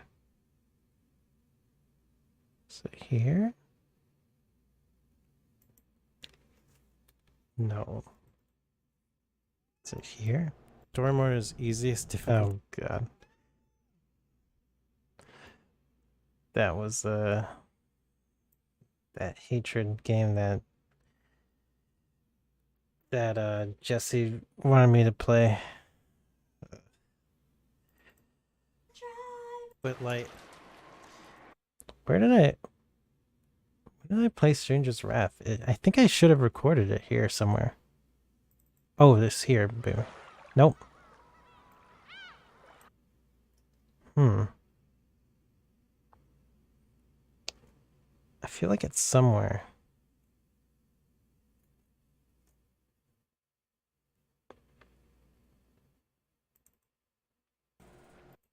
Red team, we're showing your position.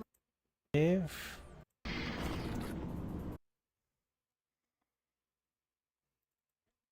maybe it's here. No.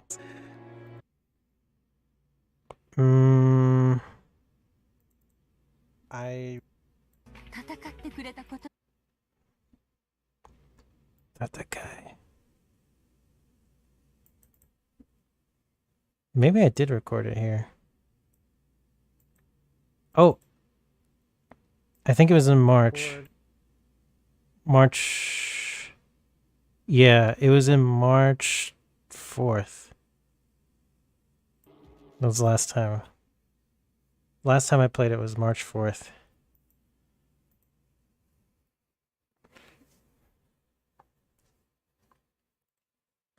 Okay, we solved that mystery.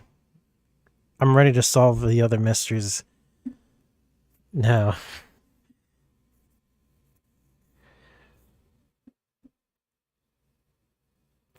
I usually hit a record button whenever I start playing a game.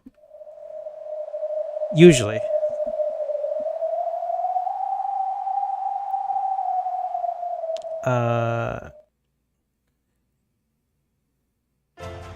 Oh, shit.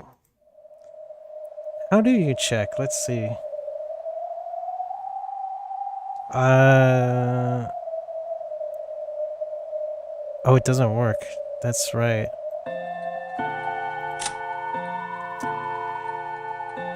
Alright.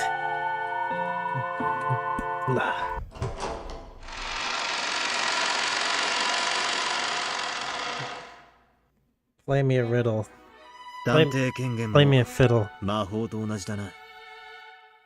Detective's authority is the same as magic. It can't do what you can't do. エリカにそれだけの力があったから認められていたという。魔法とは決して怠惰で無力な人間に与えられるものではないのですね。そうだ。むしろ人知れぬ努力を隠せる奴こそが魔女と呼べるんだろうぜ。People who can hide their great efforts are called witches.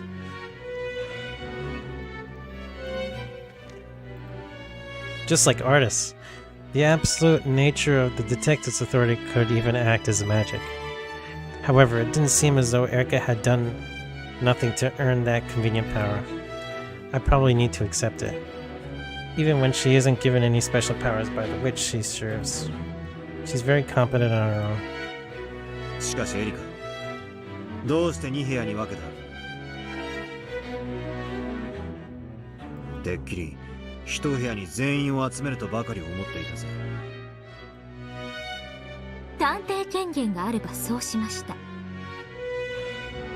I would have if I had the detective's これは自由捜査権を確保するための一手です。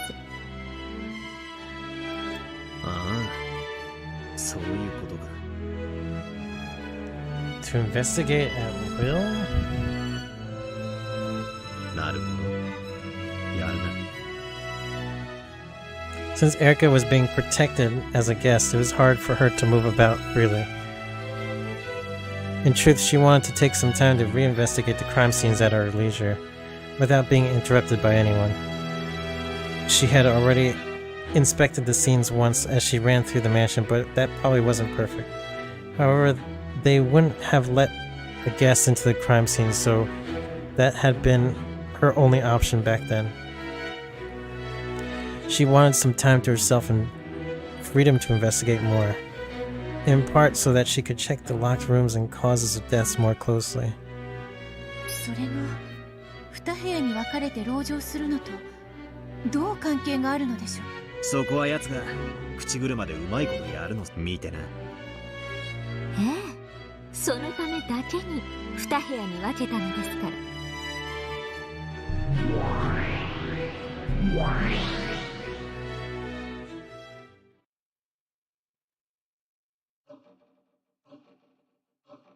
The cousin's room was filled with a quiet tension. This room had 6 people. Kraus, Jessica, and Rudolph. And then the most suspicious ones, the male servants, Genji, Kanon, and Goda, who had been forced to hole up in here.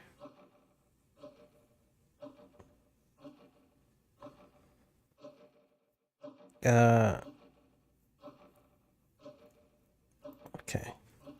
What about Hideyoshi and... So Hideyoshi, Nanjo... and Kuwasawa are all together in one room. Am I missing anyone else? Let's see. George. And Shannon.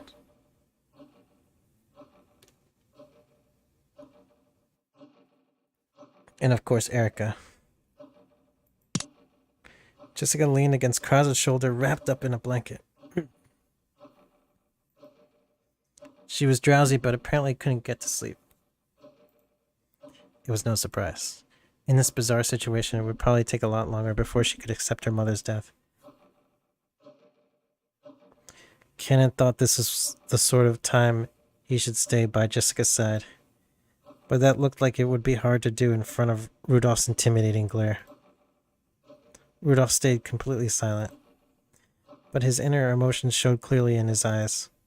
So without even asking, Genji, Cannon, and Goda all understood that they were under suspicion. Without even asking.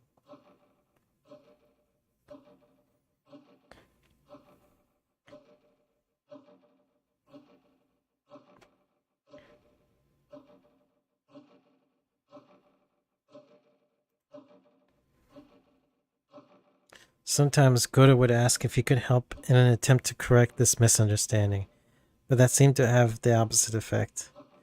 The only good option available to him was to stay quiet so that he didn't aggravate Rudolph and sit still at the end of the sofa.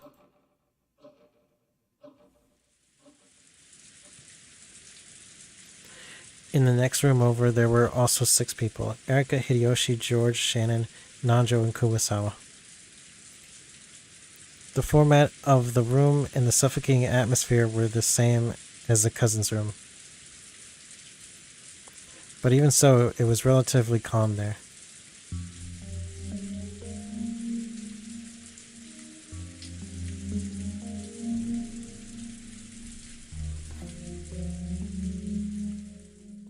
Oh, they're showing their love openly. George sat holding Shannon, who was hanging her head despondently the whole time. Kuwasawa and Nanjo sat nervously as they listened to Hideyoshi explain the situation.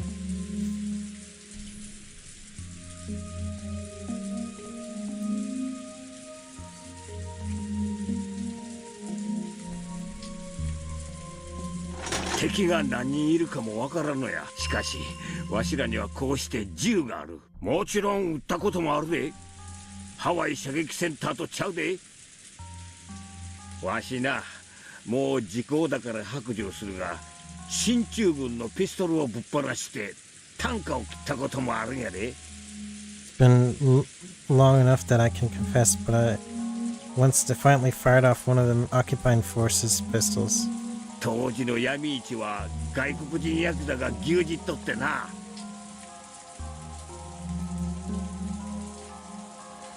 He probably wanted to make everyone feel secure by convincing them that he could be relied upon. Hideyoshi went into one of his old stories that everyone had heard many times, and that had gotten more extravagant each time they heard it. It didn't make them any more confident in Hideyoshi's abilities.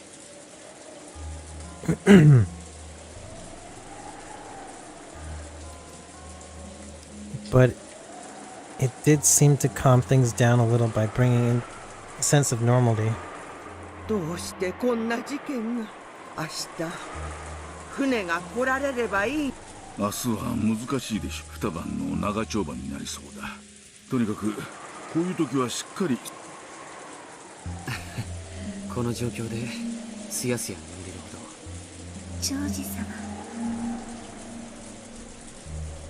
The pain and anger of losing his mother quietly tormented George.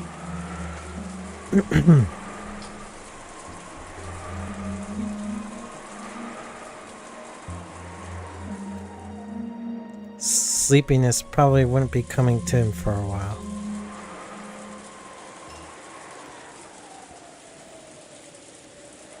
Erica suddenly clapped her hands as though she had just remembered something.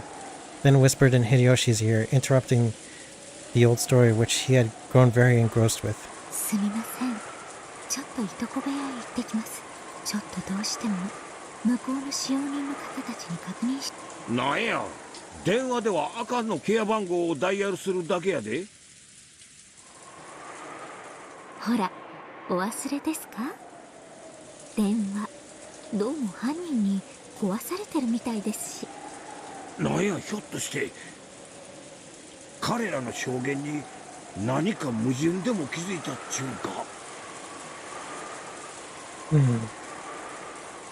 Erika had created a strong impression with her detective-like behavior up to this point. So Hideyoshi immediately assumed that this was something... Oh.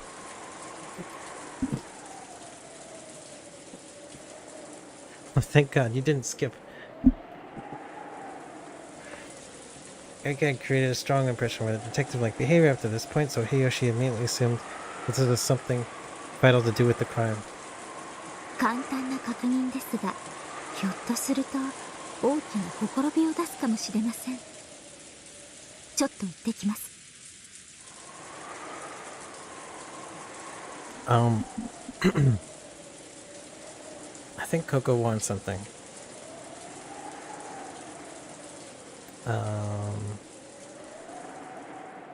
Maybe she just wants attention. What time is it?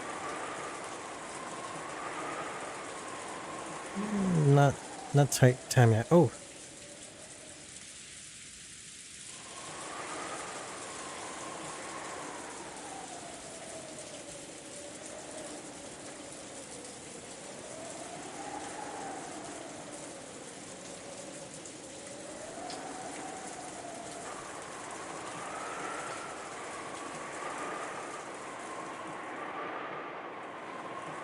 Man, I haven't been checking my phone regularly. My art boss sent me a message like 2 hours ago.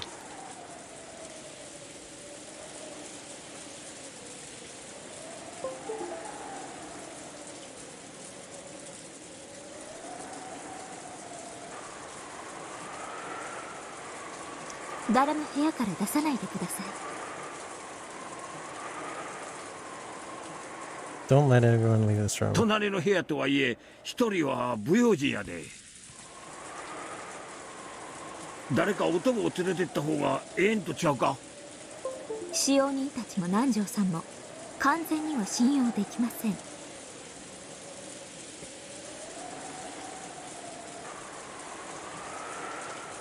Cannot fully trust the servants or not. 秀吉さんはこの部屋の責任者。ジョージさんも秀吉さんをサポートできる優秀な男手です。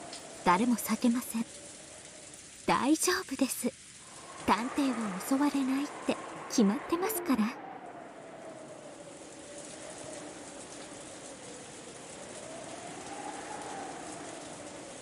The detective never gets attacked.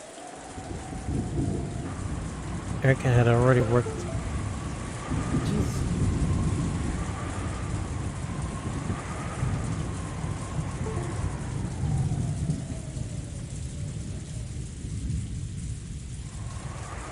This charger sucks. Erika had already worked hard to look like a sharp, clear-headed person. Hideyoshi relaxed and agreed, thinking that it was just next door and wouldn't be a problem. 小1時間ほどで、いや、あまりうろちょろするのも不用心ですね。朝まで隣にいます。I'll stay over there until morning. 明るくなってから戻ってくる方がいいですよね。その通りや。気をつけてな。お隣の部屋に行くだけなのに、この部屋よろしくお願いします。誰も外へ出さないでください。この部屋を出るあらゆる理由がないよう、あらゆるものを運び込んだのですから。Food, drinks, blanket, medicine, towels, tissue paper, everything. The women also had their cosmetic pouches. They could spend 48 hours without being short of any physical goods. 分かっとる。この部屋におるんは身を守るためだけやない。 Thank you. ひょっとしたらおるかもしれない犯人を見張る意味もあるのをよく分かっと。グッドです。ではどうかよ。 Goodbye. エリカちゃん、どこへ？表には誰も出ない約束だよ。ああ、エリカちゃんはちょいと特別な用事を思い出してな。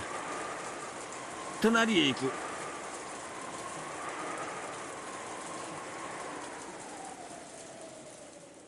She's going next door.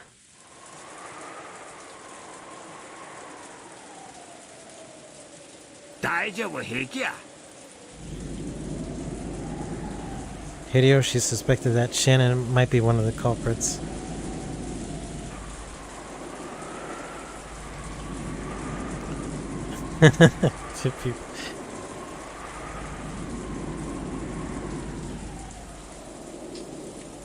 Those cosmetics could be life-saving. Hideyoshi suspected that Shannon might be one of the culprits. Since he also knew that Shannon and George had a special relationship, he apparently thought it would be prudent to mislead George about Erica's actions and motives.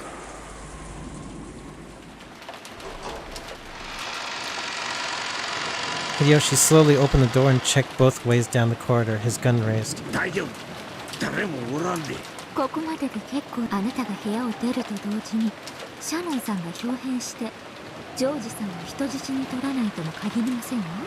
今こうして彼らに背中を向けているのさ。せやな。じゃあ用心、後でわしにも話を聞かせてや。はい、それでは。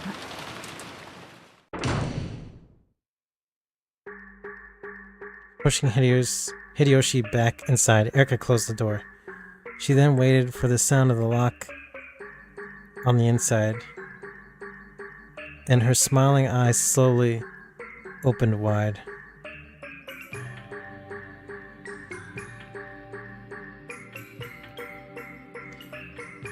Her expression had become ruthless and intelligent. With this, Erica had managed to obtain a period of several hours, during which all of the suspects were sealed up, and she alone was free.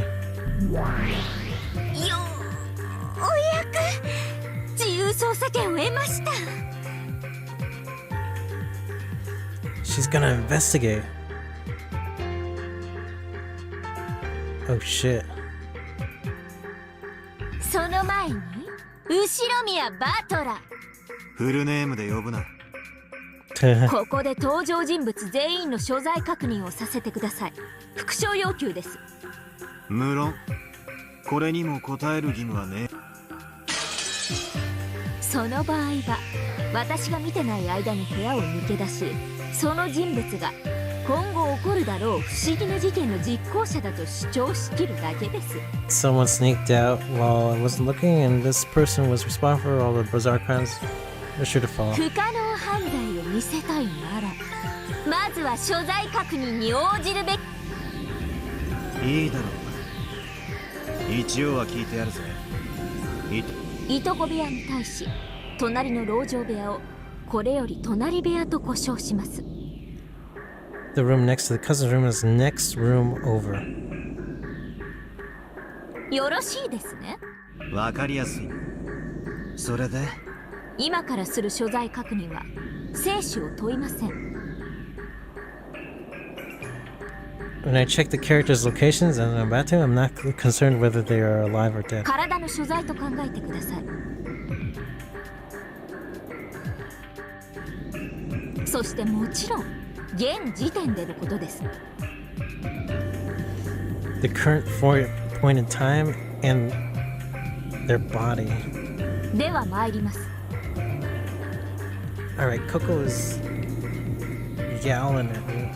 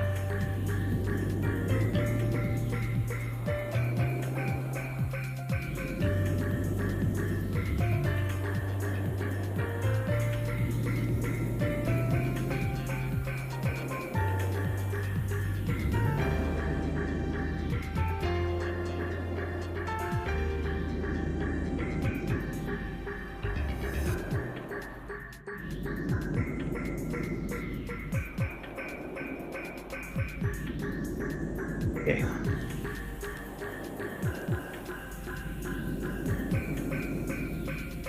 Think of it as the location of their body, and of course I'm referring to the current point in time.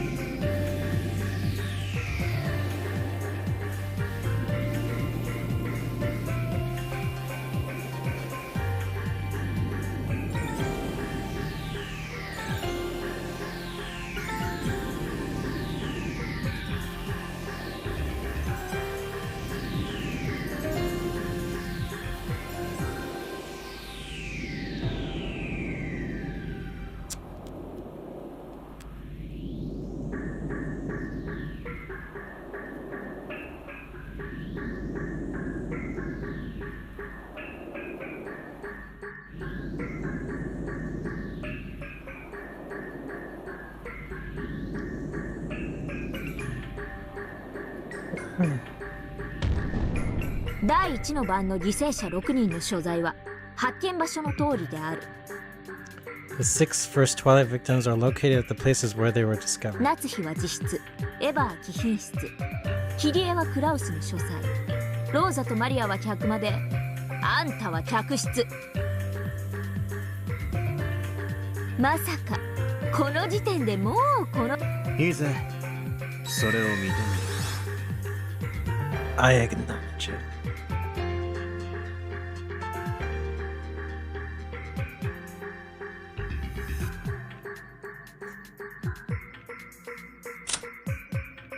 Did he acknowledge that he's going to decline?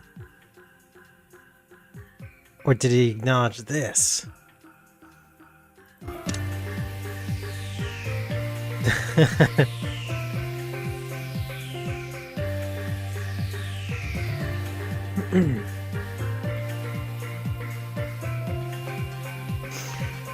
I feel like acknowledged and I acknowledge is very, can be very misconstrued depending on what was last said.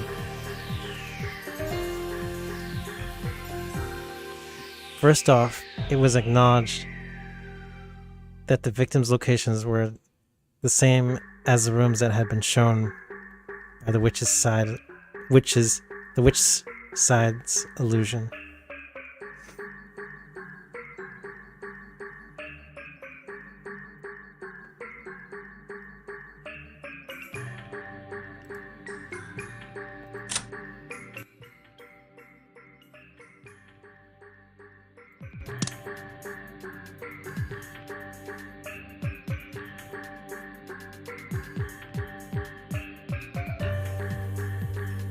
The victims' locations were the same as the rooms that had been shown by the witch's side illusion. 続けます。隣部屋に所在するのは秀吉、ジョージ、シャノン、熊沢、南條である。Hideyoshi, George, Shannon, Kumasawa, and Nanjo are in the room next over. The people in the room Erica had just left had been specified. It was the rule of the human side to check every one of these seemingly obvious little details. 続けます。いとこ部屋に所在するのはそれ以外の全員である。Everyone else is in the cousin's room. The word everyone drew a slight reaction from Battler. That doesn't include Erica. The intuition he had built up from all of his previous games told him not to answer this one instantly. 拒否する。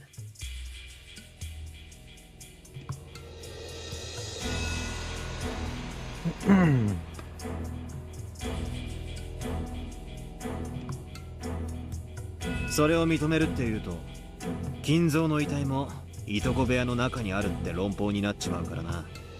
Oh, brilliant.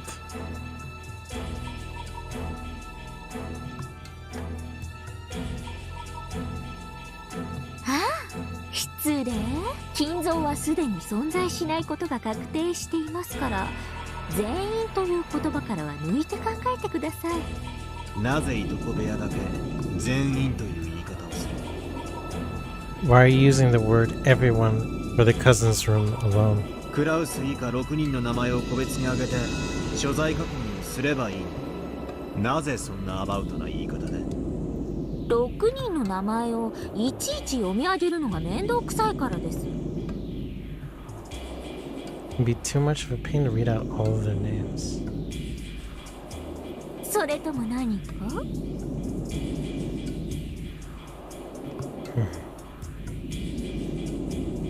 全員という言葉だと何か問題のあるトリックでもあるんですか？ Uh-oh.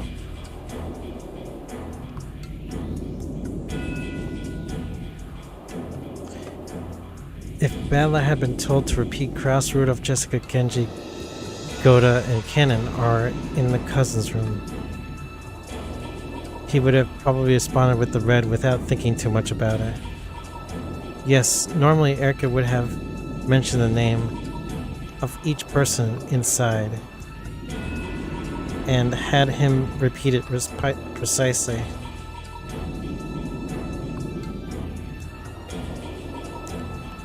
Badler hesitated to repeat, feeling some kind of unease because of the use of the word everyone.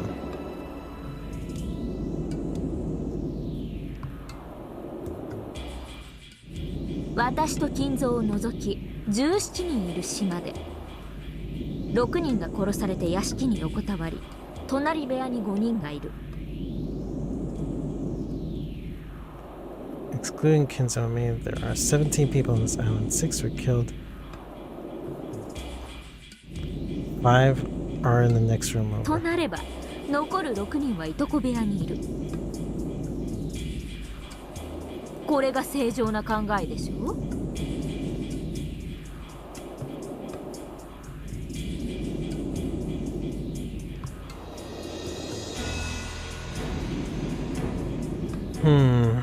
？Interesting.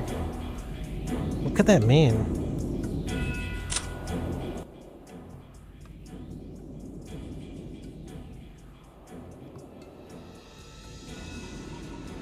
Kraus, Rudolph, Jessica, Genji, Goda, and Cannon.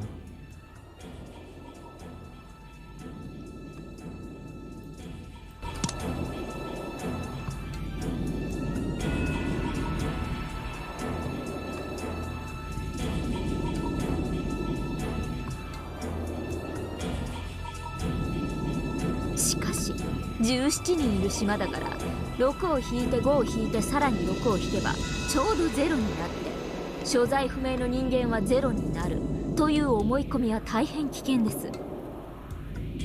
Extremely dangerous to assume that because there are 17 people on this island, if we subtract 6... Wait, hold on.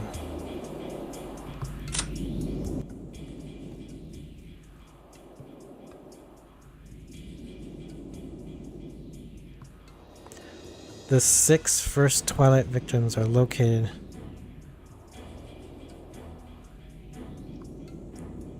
the location of their body.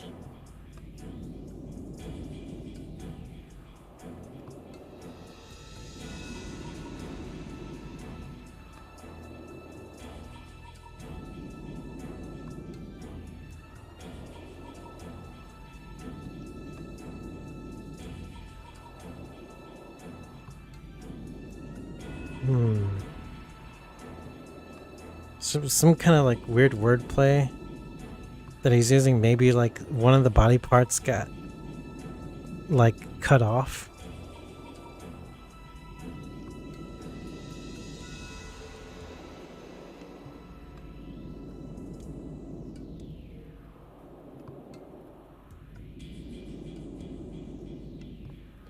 One of their body parts got cut off and left inside the rooms where they were found. And Badler is not wanting to say everyone because of that.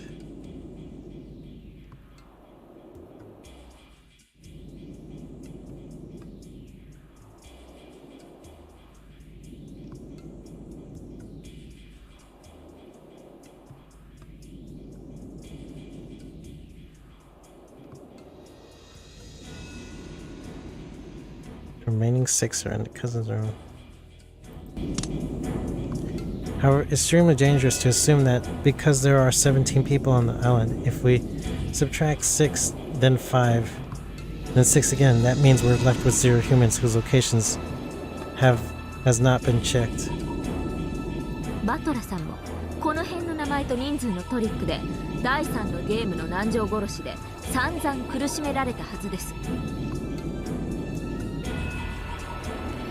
Involving names and numbers of people caused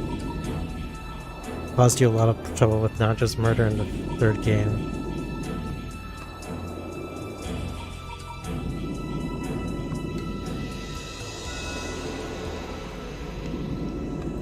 そうだな。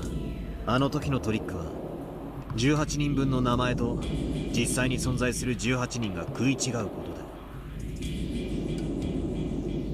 18 names given didn't match up with the 18 people who actually existed.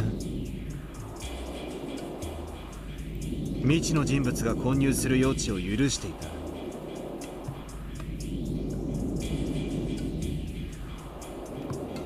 そういうことです。ですから名前だけでの所在確認は安心できないわけです。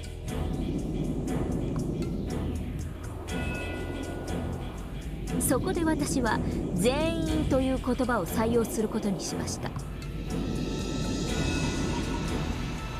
この言葉はまだ私が想像もしていないバトラさんの新しいトリックを。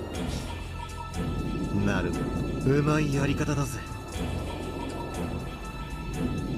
If Battler was planning a new trick like the one used for the murder of Nanjo in the 3rd game, where the names and number of people would be used to create false alibis, then even naming off all 17 people and checking their positions left a trace of uncertainty behind. And if he skillfully managed to slip somebody past the names and numbers of people,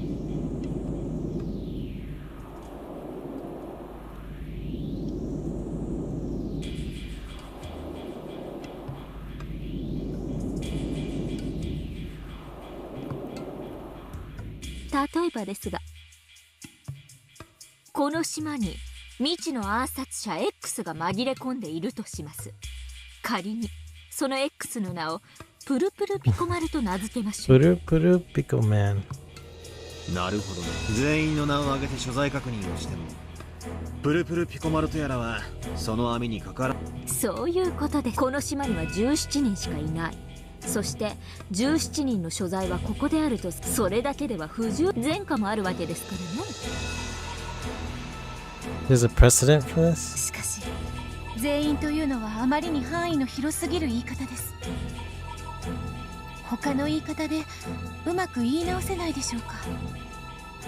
いや、ここで全員という言葉からエリカはそれを根拠に全ての犯人をプルプルピコマルトやらの仕業で逃れきっちまう可能性がある。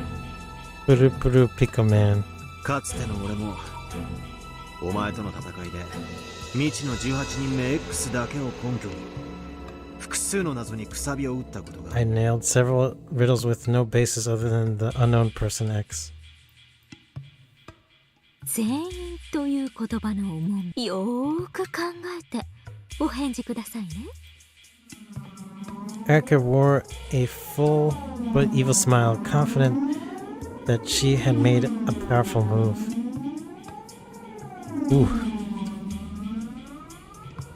Players on the witch side must eradicate all possibilities that would be possible for humans. If I don't crush any chances for this ridiculously named Puro Pico Man right now, they'll be used to explain everything the witch does. That was a move I liked to use in my old games with Beto. Back at the very beginning of the fight, my counterattacks were all based on an unknown 19th person X.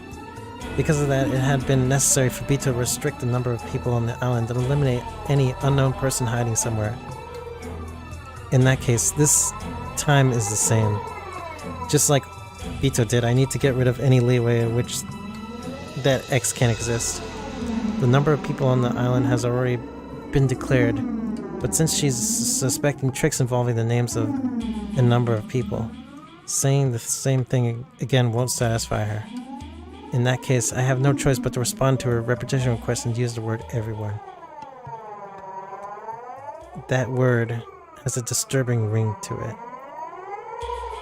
And though I haven't figured it out yet, it feels like there's some kind of demonic killer move hidden within it.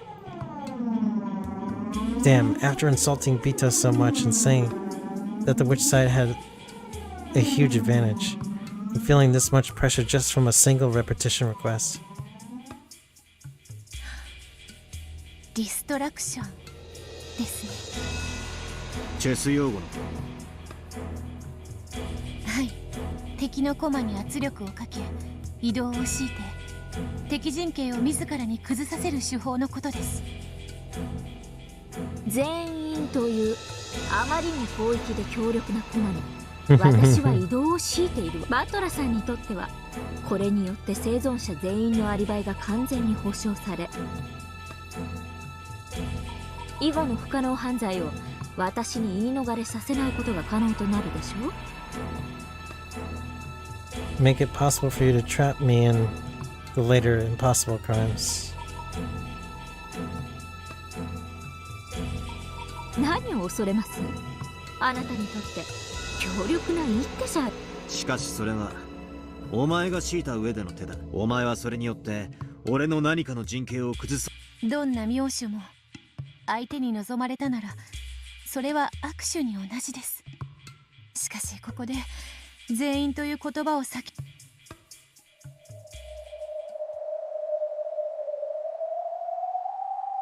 The red truth can cut the weak reasoning of the human side apart over and over. In the past, I feared its ruthlessness. However, I quickly learned that it could be used as a basis for a counterattack. 赤き真実は殿下のベアとの気持ち。今は痛いくらいにわかる。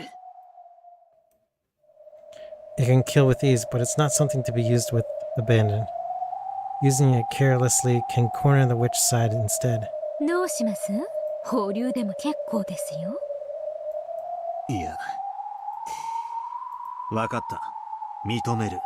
それ以外の全員がいとこ部屋にいることを認める。I acknowledge that everyone else is in the room. In the cousin's room. Oh shit. ありがとうございます、バトラさん。実に美しくバッサリです。はあ、困りました。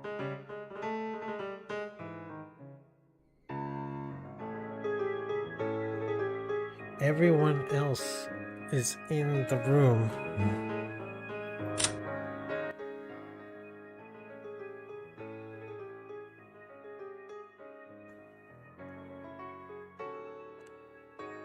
Everyone else is in the cousin's room.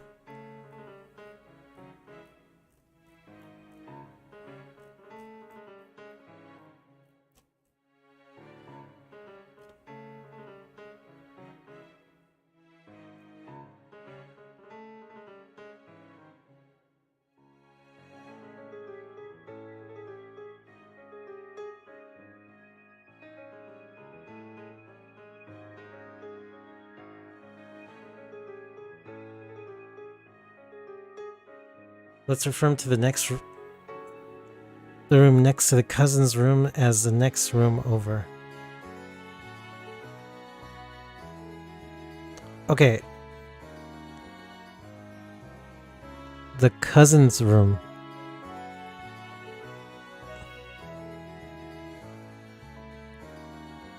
Here's what I'm thinking. She didn't define accurately what the cousin's room is. The cousin's room might mean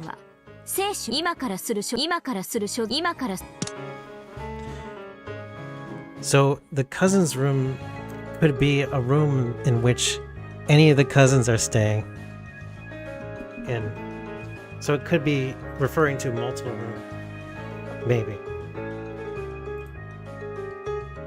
Let's see this again. Is it in the cousin's room?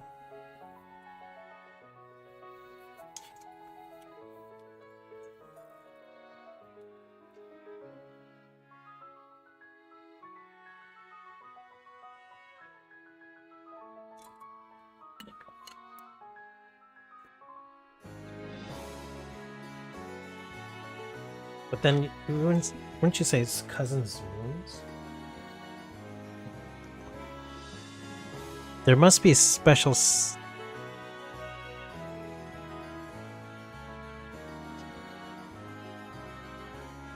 cousin's room.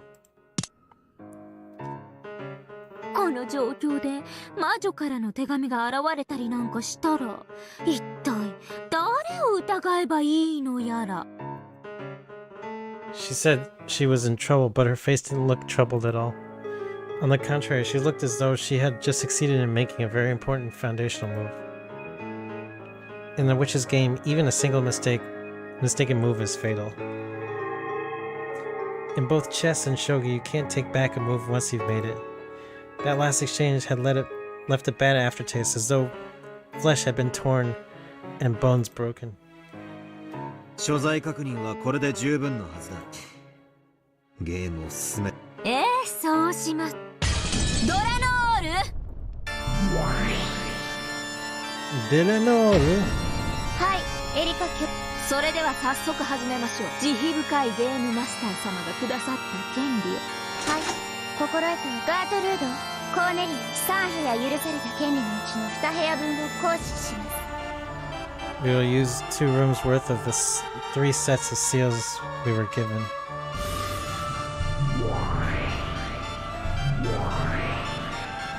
金兵、了解するものなりや。いとこ部屋と隣部屋を封印。これで犠牲者以外の全員を封じました。これ以降何が起こっても封印の中の人間たちは問題となりません。 The humans within the seals won't be a problem.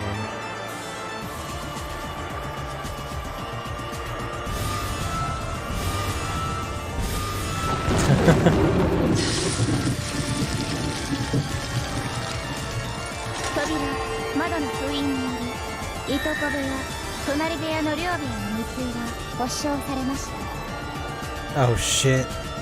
They duct taped all the rooms. For just an instant, that red longsword had returned to Dilinor's hand. She had been given permission to draw it, thanks to the red truth that she had finally gained. When the fight concerned these 2 sealed rooms from now on, Dilinor would be able to use that merciless blade, the red key. This overwhelming power could slice even the game master in half. For a while, Erica and Dilinor grinned at each other, entranced by the ruthless red light that was burned into their eyes.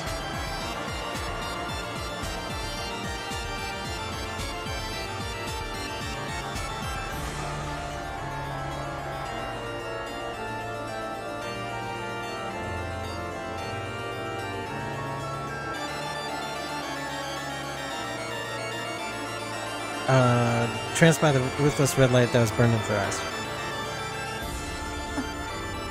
定石発出神殿お尋ね。何か。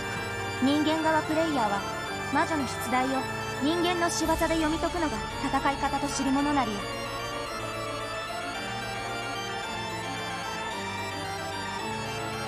あなたにそう言いまし。なればなぜにエリカ卿と上司反抗の余地ある人間を自ら減らすように戦うなりよ。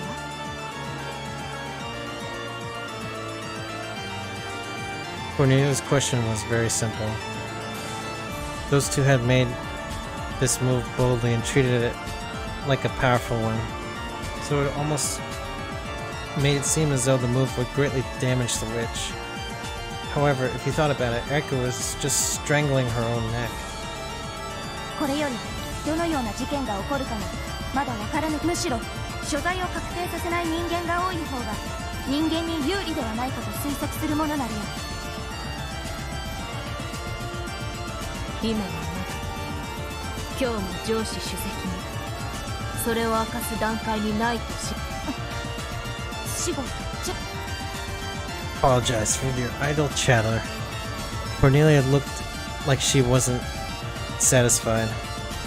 In the previous game, in order to help Kinzo escape from his study, Butler had made desperate efforts to crush his locker room using a variety of methods. As a result, Kinzo had escaped into the darkness of the night, and had later been possible to treat him like an elusive phantom. In other words, locked rooms were advantageous to witches and disadvantageous to humans.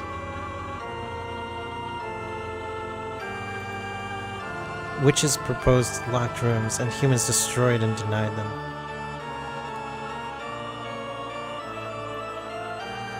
Those were meant to be the standard tactics of this game. And yet, Erica had created locked rooms herself and sealed a full 11 people into them. In other words, this was the same as abandoning the right to use those 11 people.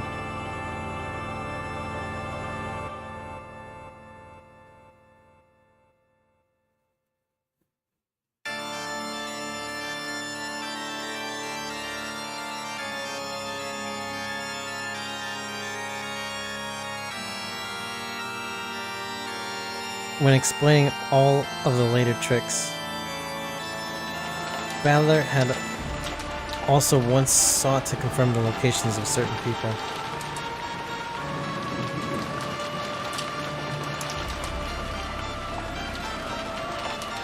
But that had been to check whether certain pieces existed with which he could break locked rooms. A completely different situation. Why had Erica taken these 11 people, who were supposed to be her pieces, and sealed them into a locked room? Cornelia didn't have enough experience out in the field to understand this move, which only looked as though they were trapping themselves.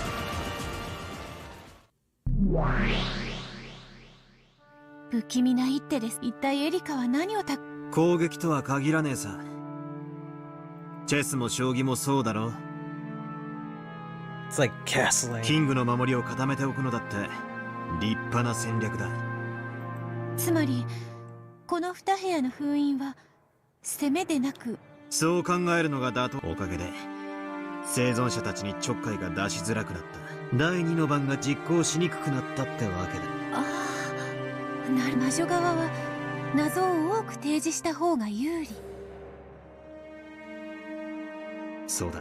何しろ一つでも謎が通れば魔女の勝ちなんだからな。If even one mystery goes unsolved, the witch wins. 多くの密室を提示した方が有利に戦える。The mysteries that the witch side sets up are equivalent to attacks. The human side must perfectly intercept all of those. It's almost like a penalty kick face-off where conceding a single goal means defeat. So the witch side wants to increase its number of attacks. The human side wants to lower the number of attacks. When Butler had fought on the human side, he hadn't thought of the survivors holding up in a room as being particularly useful. However, from the witch side's perspective, this strategy was simple but effective.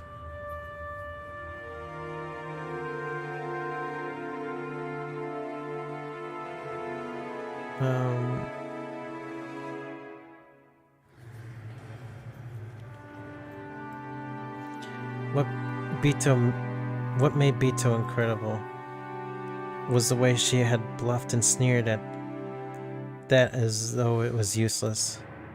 On the inside, she must have been very worried about how to break down all of those barricades in each game. Right now, I'm sure of that. なるほど。事件が発生できないように守りを固めるのも人間側の戦い方なんですね。Strengthening your guard to make it hard for a crime to occur is one way for a human side to fight. しかし、それ名探偵フルド・エリカがあれだけ自信満々に強打するほどのWould Erica be happy after playing a defensive move? Though this move looks as though she's restraining herself, it's also extremely unlikely that Erica of all people played a defensive move. これはきっと守りじゃなく、どういう攻撃か理解はできない。次は私たちの手番です。とりあえず表向きは奴は第一の番の推理ではなく第二の番を防ぐための守りに手番を費やした。押さば引け、引かば押せだ。ならこっちは攻めていくしかない。 It's time for us to attack. しかしゲストハウスはかなりの守りになっています。そうだな。ゲストハウスの全域が今やエリカの支配下に見える。しかしビショップやナイトのように敵陣に食い込むのを得意とする駒だっていろいろある。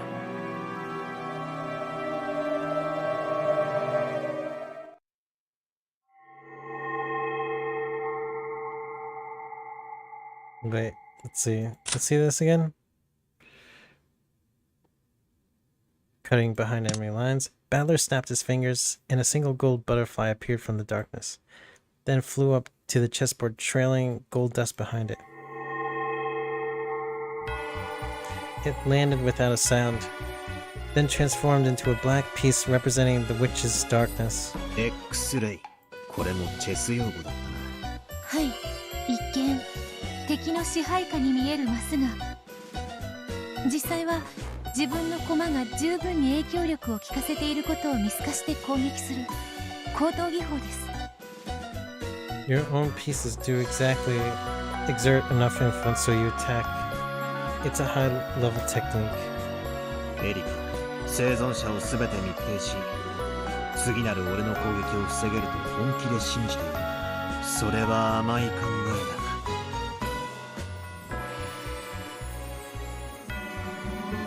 Battler raised his new black piece high. His target was a single open space behind enemy lines. どう受けよう。これが俺の。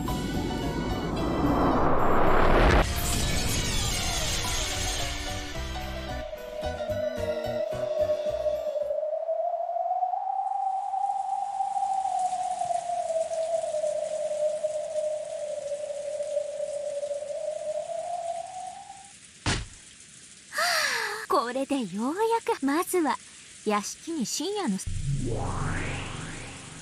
殺人犯が潜んでいるかもしれない不気味な屋敷にこのような深夜に散歩とは盛況な御仁です。とんでもない、ようやく得た自由時間じゃないですか。今の私はプール授業の後の自由時間みたい。 Now that Bernkastel was nowhere in sight, Erica was regaining her high spirits. She wasn't exaggerating when she said she could spread her wings. Dylanor knew that she was staking her own destruction on this game, and she was not in a favorable position by any means. Dylanor could also do nothing but assist Erica so that she could fight to the best of her abilities. よし、ゲストハウス1階の戸締まりも完璧ですね。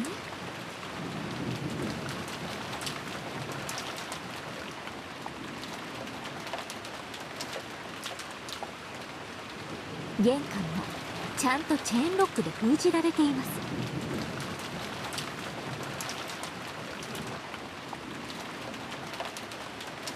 Before leaving the guest house, Erica did a check of the first floor, making sure that nothing was out of place. She found a flashlight and an umbrella in the servant's room next to the entrance. では参りまずは6人の死因くらいは確定しなくちゃ。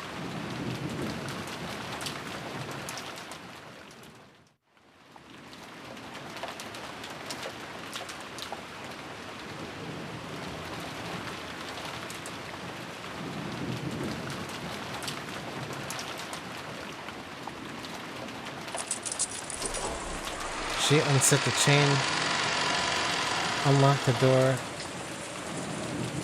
and opened it. The freezing outside air poured in.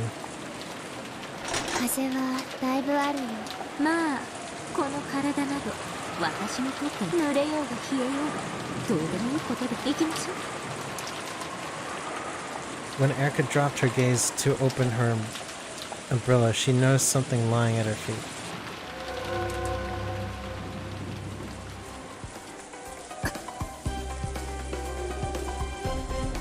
Oh shit.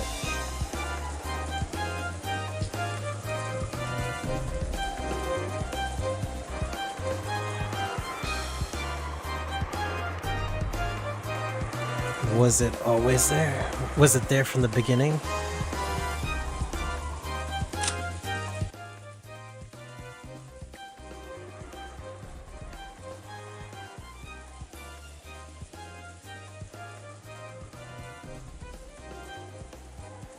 Someone placed it outside before they were all locked in there?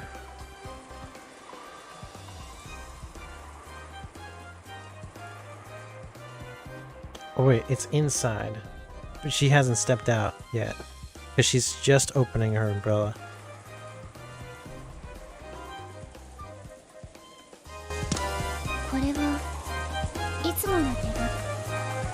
It was one of those letters sent by the witch, the seal of the one-winged eagle on it.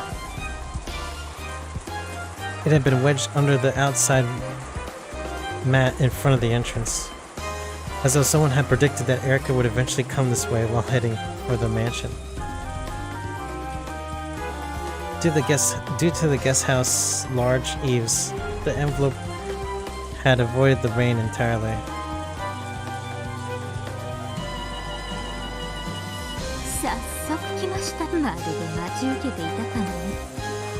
She bent over and picked it up.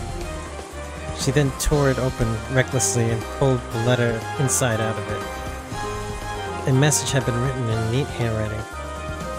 ようこそフルドエリカ様ですって。やれやれ。私を名指しで完全に読まれてますね。内容は何です？犯行予告です。いや、事後報告と言うべきですね。後ろ宮バトラの死体をお預かりしたそうです。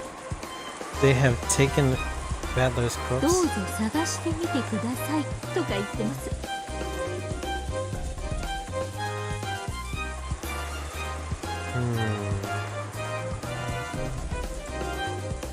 So, they're trying to make Badler look suspicious? 第二の晩の寄り添いし二人を引き裂け。では前のですか。まあ、死体が消失する云々はベアともそれほど真味のある話では。Erica shrugged and scorned the letter. However, this letter was a real attack. All of the survivors were sealed in the rooms on the second floor. And after Kraus and the others had gone around checking doors and windows, Erica had personally made sure that there was nothing at this spot.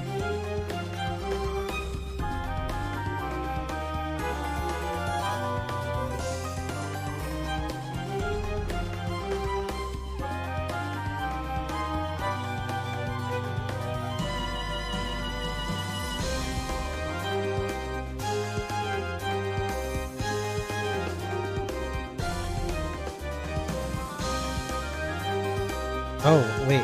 After Kraus and the others had gone around checking doors and windows.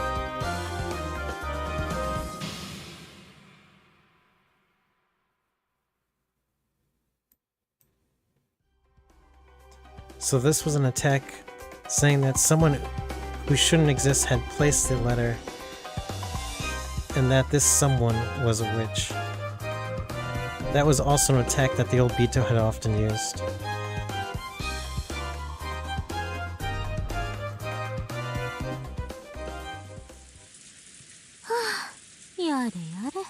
So she checked this area after Kraus and others like sweep through it.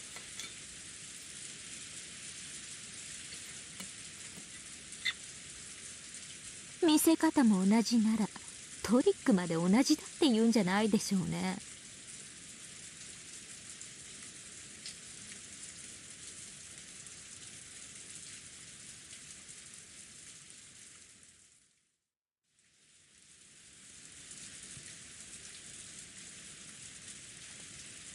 The way he showed is the same place.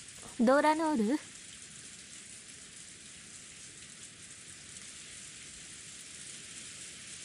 バトラを呼び出してください。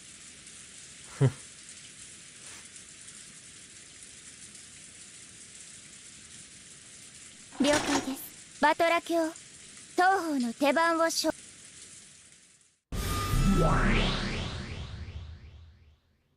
了解だ。受けて立つぜ。申し訳あり、実は指し手の宣言ではありません。I don't have a new move to announce. 実は謝罪です。一つ謝らなければならないこと。Apologize. Badler and Bito's eyes went wide. However, though Erica said that she wanted to apologize, she had a confident look on her face as though even that apology would be a new move. So Badler glared at her dubiously without letting his guard down. 例の遡っての封印についてですが、実はすでに1箇所封印しておりました。それのご報告が遅くなりましたことを。すでに封印していた。つまりお前はもうこれで3部屋分を使い切っていたという。She sealed up the entrance to the guest house. はい、直ちに報告するお約束だったのですが、心よりお詫び。心より詫びてる顔には全く見えねえぜ。まあいいさ、俺が許した権利だ。それでいつどこを。ドラノール、ご報告申し上げます。エリカ卿による死体検視時にバトラの客室を封印しておりましたことをご報告申し上げます。Badler's guest room was sealed at the time Lady Erica's inspection of the corpse. Ooh.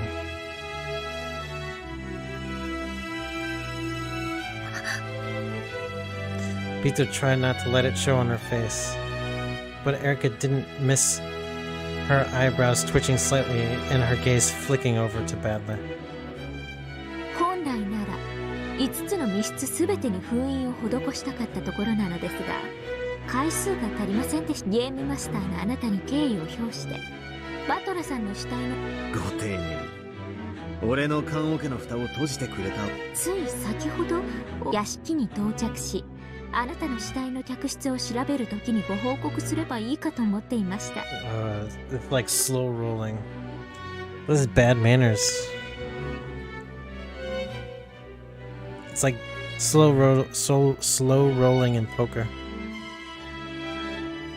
しかしこの手紙の登場で急ぎご報告した方がいいと思いまして。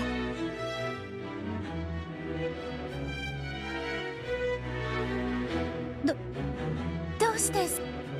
いいえ、何しろバトラさんは自分の死体の客室、それによってこの登場した手紙、いとこ部屋と隣部屋を封印中です。事後報告で申し訳ないですが、さらにそして島にはエリカ卿を抜いて17人、18人目の存在は過去のゲームです。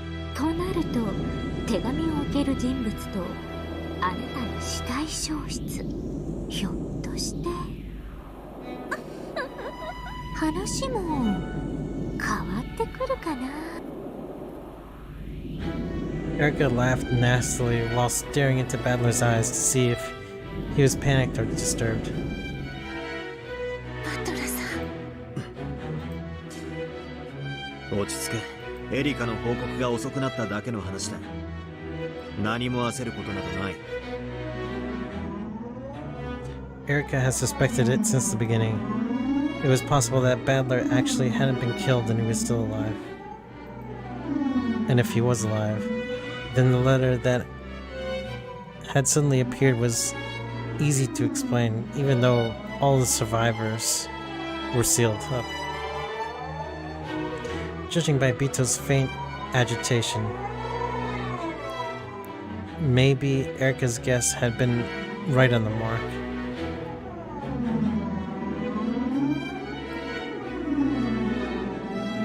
Battler had played dead and somehow misled Erica's examination. And then everyone that holed up in the guest room, he had snuck out of the guest room. Oh wait, and when everyone had holed up in the guest house, he had snuck out of the guest room. He had placed the letter about the disappearance of his own corpse at the entrance of the guest house, and then he had gone into hiding. If this was the truth, then the seals that had been placed on Balor's guest room at the time of Erica's examination were now very significant.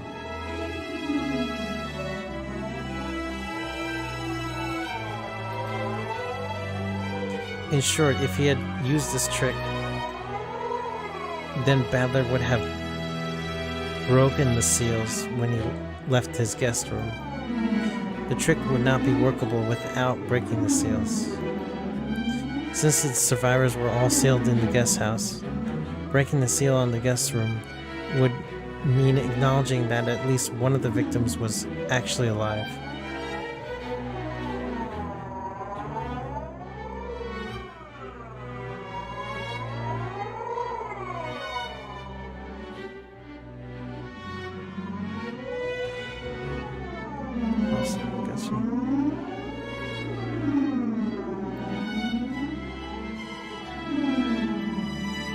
If Battler had known about the seals earlier, it was likely that he would have advanced the game in a very different way to avoid this.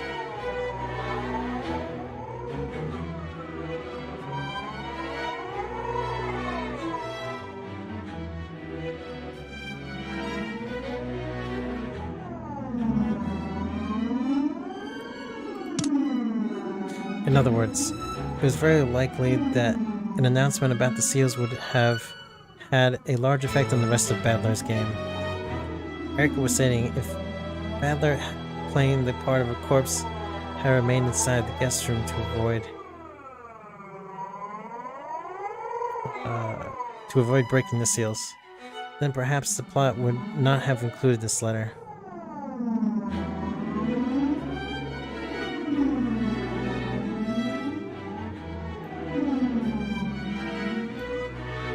If the truth was that Battler was actually alive and had placed the letter here, then now that Erica's seals had come into play, there was a chance that he would find a contradiction in his trick somewhere down the line.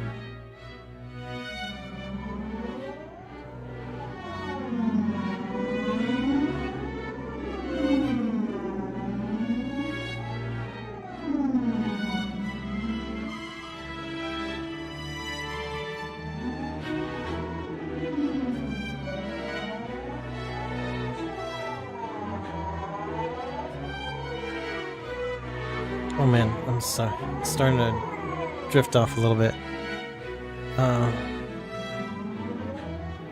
The truth was that Battler was actually alive and had placed the letter there. Then now that Erica's seals had come into play, that sort of contradiction is called a logic error. ロジックエラー？今回の物語も随分最初の方で聞いた気がする。魔女側が犯してはならぬ最大最悪のミス、反則手だ。ああ、思い出物語の表裏が合わぬこと、矛盾することと、伏せたカップの中に飴玉が現れる魔法の話を覚えているか。ええ、マリアお姉ちゃんとエリカがそれをめぐっあれはお姉ちゃんが目を閉じている間にカップの中にこっそり飴。そうだ、その手品の過程を観測していないマリアに結果のみが魔法でカップの中に飴玉が現れたとする魔法幻想を受け入れたから魔法が成立した。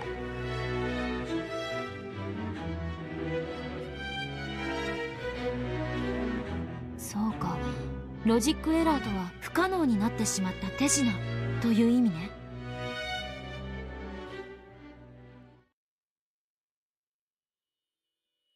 Thinking back, the time when Erica and Maria fought fiercely about this magic with the red and blue truth was really the opening battle of this tale.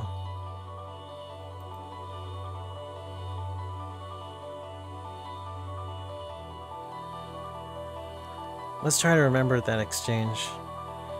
The heartless conclusion was that it had all been a trick.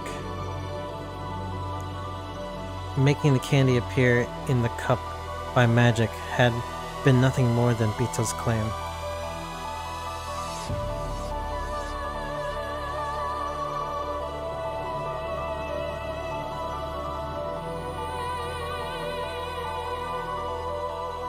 Magic can only do things that one can accomplish.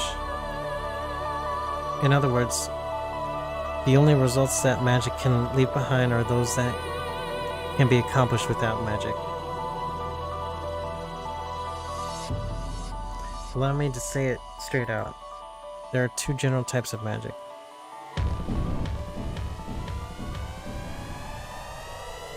If you summon giants and make towers grow from the ground, but when the lid is taken off, nothing has happened to the rose garden. That's one type of magic. That is just fantasy and illusion. It's a lie with no observers, taking place only where there is absolutely no anti-magic toxin, to use the words of a witch. Magic that doesn't have to produce a result is the easiest kind, and it is a lie. It is the same as a worthless delusion, a fantasy, a daydream. Even Badler saw through it partway through the third game. Then there's another kind, which we might call true magic, magic with results. The cup trick is an example of magic with results because the observer checks and actually confirms the cup is empty. A candy doesn't appear inside the cup. The observer is actually able to obtain that candy. I have noticed that unlike the magic of illusions, magic with results must follow one big rule. The rule that only the unobserved process of what you accomplish can be transformed into magic.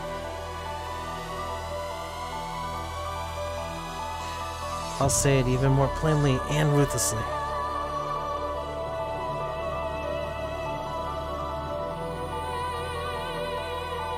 It's so obvious. Why would they need to go through such painful detail? In short, all forms of magic are tricks.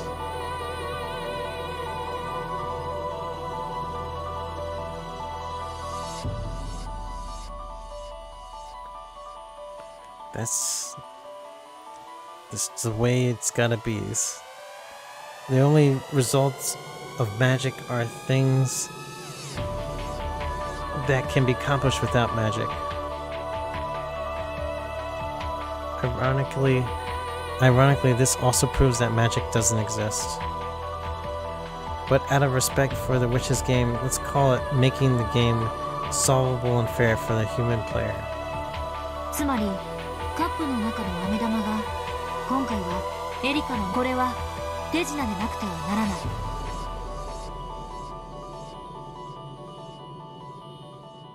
それをお兄ちゃんは魔女が魔法で手紙をそこに置いたと主張することで結果を伴う魔法にしようとしている。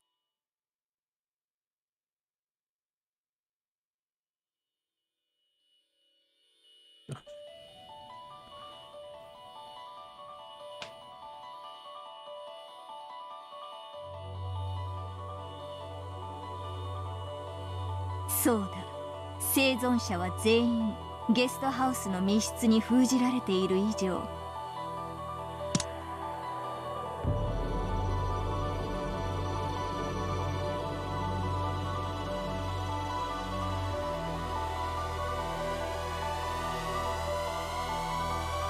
突然に現れたこの手紙は魔女以外に置くことは不可能な不思議な魔法に就職することができる。Since all the survivors are sealed within the locked room of the Harris house.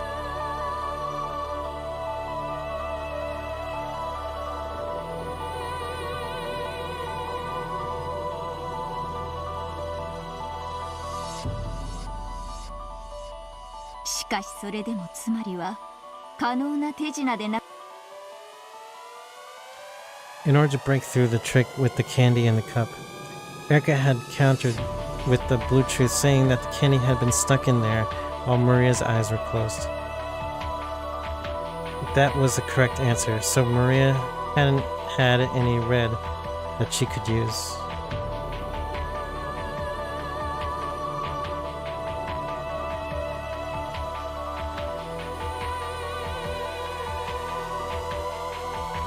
But what if she had used it?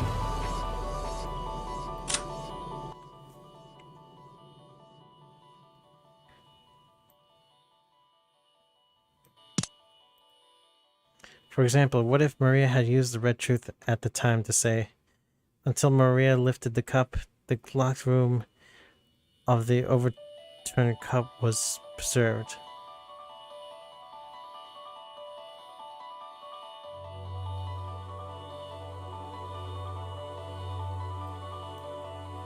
Akaki 真実は真実にしか使えないんでしょ。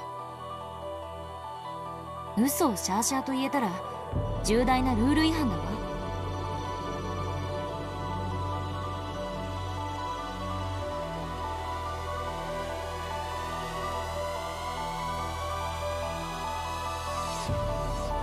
そうだ、自分のトリックを否定する赤き真実は大きなルール違反だ。しかしその赤き真実に抵触しない別のトリックに即いささかアンフェアではあるが、その赤き真実は認められる。この場合はカップの中の密室は維持されていたという赤き真実に矛盾しない手品のトリックを。 In order to avoid contradicting the red truth that the locked rooms inside the cup was preserved.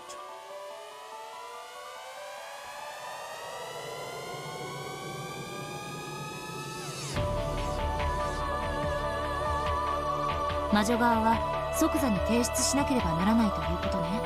証拠を突きつけられて2点3点させる政治家の言い訳みたいだわ。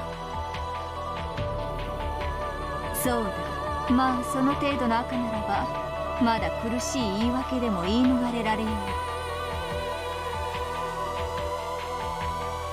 For red like this, she might able to get away with some painful excuse.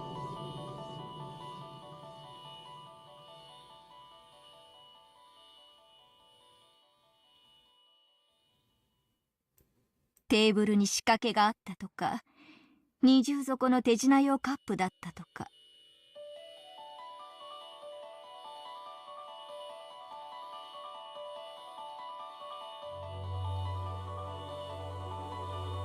しかしもしあらかじめその可能性についても赤で否定があったなら、それも通用しない。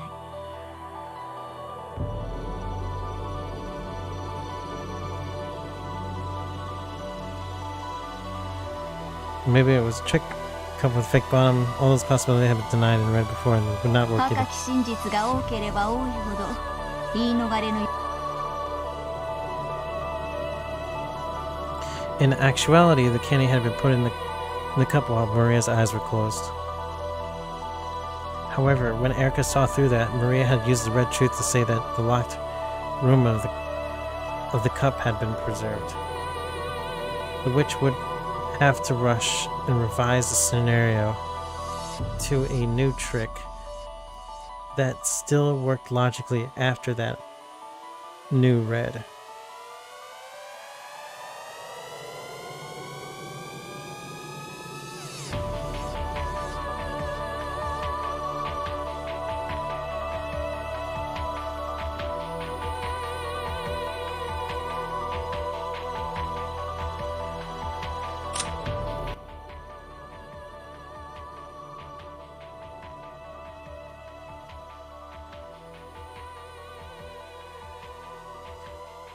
Sorry.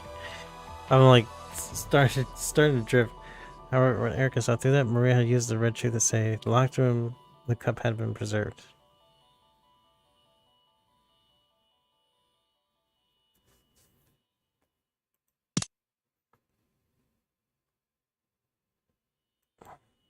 That still worked. Shit. the witch would have to rush and revise the scenario to a new trick that still worked logically after the new red. Revising the scenario is an unfair move that would never be allowed in Mysteries. However, the very act of revising this scenario takes place inside the witch's head, which is an unobservable world. So she could claim that she'd been using the trick with the fake bottom cup from the beginning and no one could deny that. So even if it really was a trick done while Oni-chan's eyes were closed, as long as the witch leaves herself a way out, she can even switch between tricks. Rather than calling this action an action allowed to witches, it would probably be better to say that it is only allowed for the game master, the one who creates and writes.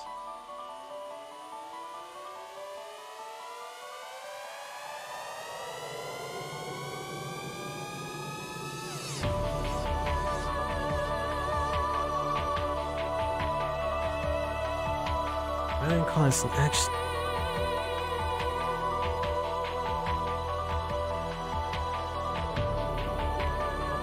But even still, the new trick must not contradict any of the previously stated red truths.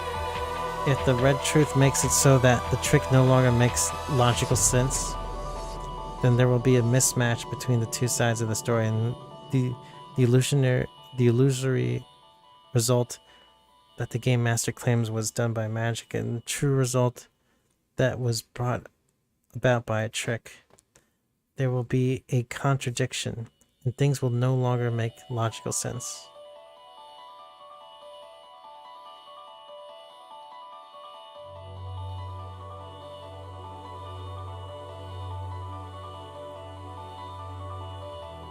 We call this a logic error, and that means the destruction of the witch's game. 人間に説明可能なゲームがこの世界。すなわち、すべての魔法はトリックでも可能なようにトリックで不可能だったら、人間側は打つ手なしのステイルメイト。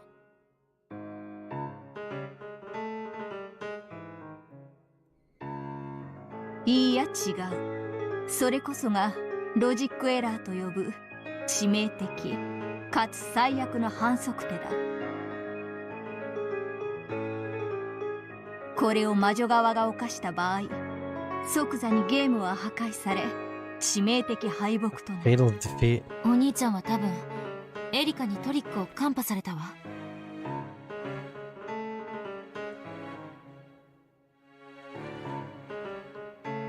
探偵権限のないエリカは検視ができない。それを理由に死んだふりを続け、こっそり客室を出てゲストハウス。しかしバトラが許した遡って封印ができるなどとする大甘な配慮により、お兄ちゃんのバカ。まだ現時点では狼狽客室の封印が健在かどうかはまだ赤き新封印を破るも自由。破らぬならバトラ以外が生きてたことにし、手紙を置いた人間を差し替えてもよいだろう。そうね。お兄ちゃんだけでなくお母さんたちの死体だって赤で死亡は確定して、実はみんな死んだふりだったってことにしても、そうだ、全くうろたえる段階にない。 Not yet the stage to get 要は frustrated.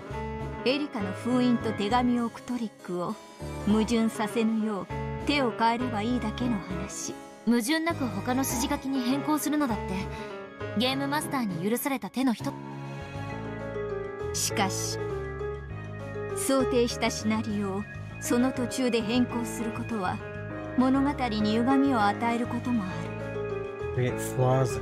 まだ第一の番を終えたばかりという段階を思えば、どうやら自陣深くに駒を刺されたるはバトラの方だったようだな。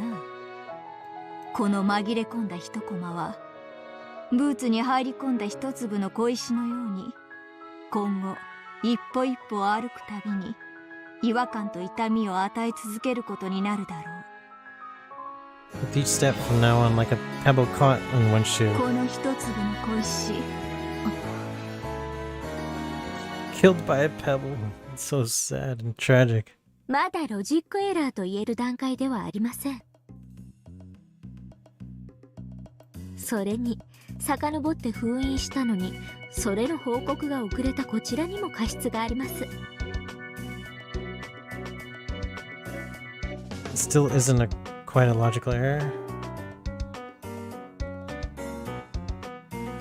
ですからこの手紙の登場についてバトラさんも遡って書き直す。なるほどな。俺がこの手紙を置いたとする。俺が密室に封じられた時点でそれは不可能だ。となるとこの手紙。そうです。ですからその小さな矛盾の修正をどうかしてもらえたら。今私たちはここでそれをなかったことに、あるいは他の内容にシナリオ変更していただいても結構ということです。This feels like cheating. ただ手紙とガムテープがあるだけで。 Of a letter and some ク duct ルド tape. エリカにはこの程度の一手が可能です。 Your thoughts, ladies and gentlemen. いかがです皆様が。 Damn, what a dirty move. Well, what else should I expect from Erica? And I also made a promise with Dylan in order to play an all-out merciless game. Yeah, it's true. I have been planning to make Badler actually be alive, and then to have him slip out of the guest room, resulting in his disappearance and the placement of the letter. However, if I revise the scenario now that my move's been spotted, it'll be the same as admitting that it was spotted.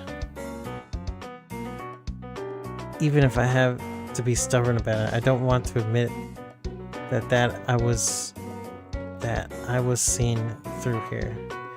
I don't want to acknowledge a pathetic plot change where I try to sneak out of the guest room and end up breaking the seal. I want to change over to a different trick so that the letter will be placed and my corpse will be hidden, while still preserving the seals on the guest room. It doesn't really have to be me who places that letter. I can still revise the logic without contradictions. しかしバトラさん、手紙はその後の自分の死体の消失はどうするのですか。客室は密封されて密室から死体を消すトリックをたった今から用意しなくてはロジックエラーを起こします。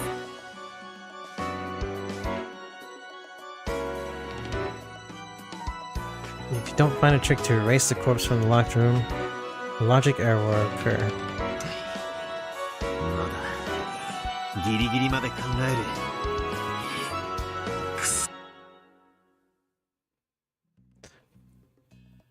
With a painful laugh, Badler unconsciously scratched at his head. とにかくこの手紙はそのはいすみません。客室が封印されてると矛盾するのではい変更しますなんて今さら言えるか。一本取られたと認めるのと同じことだ。Oh, the prideful Badler. まるで天井裏に隠れてる人気取られて槍でぶっすり刺されたのに痛みに耐えて槍の先の血をこっそり拭い痩せ我慢でいい。 False courage works well enough. 痛みを受け取られたのはまずバトラさん。なあベアト、今の俺どんな顔きっとかつて俺との応酬で痛いとこ疲れた時にお前が浮かべてたようなああいう表情を浮かべているんだろうな。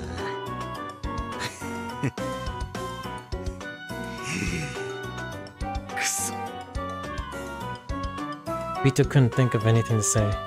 Useless words of comfort would only get in the way of Badler's thinking now. かつてのお前なら俺を散々苦しめてきた密室の数々を生み出すどんなトリックで密室から俺の死体を消す。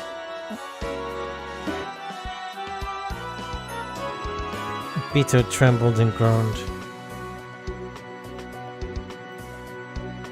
The old her had been an expert at locked room tricks.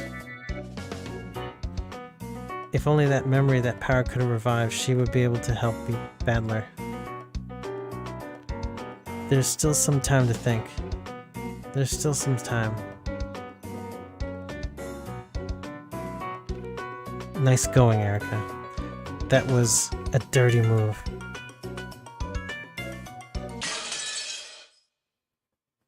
Alright. Let's put a pause after this clock turns. Or after these cutscenes.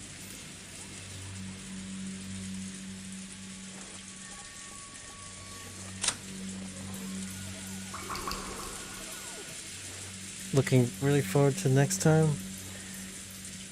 Yeah. It might be the case where I have to might be the case I'll stream on tomorrow as well, but I don't know. I think I should also try and catch up on sleep as well after the work week is over. So maybe we'll do Saturday instead. But it'll be Alita, Battle Angel, and then Saturday Umineko.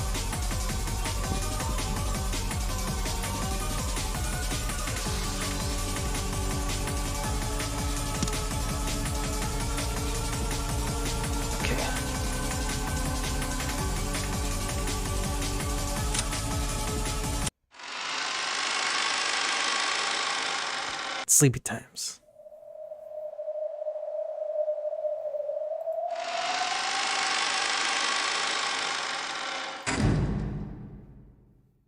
All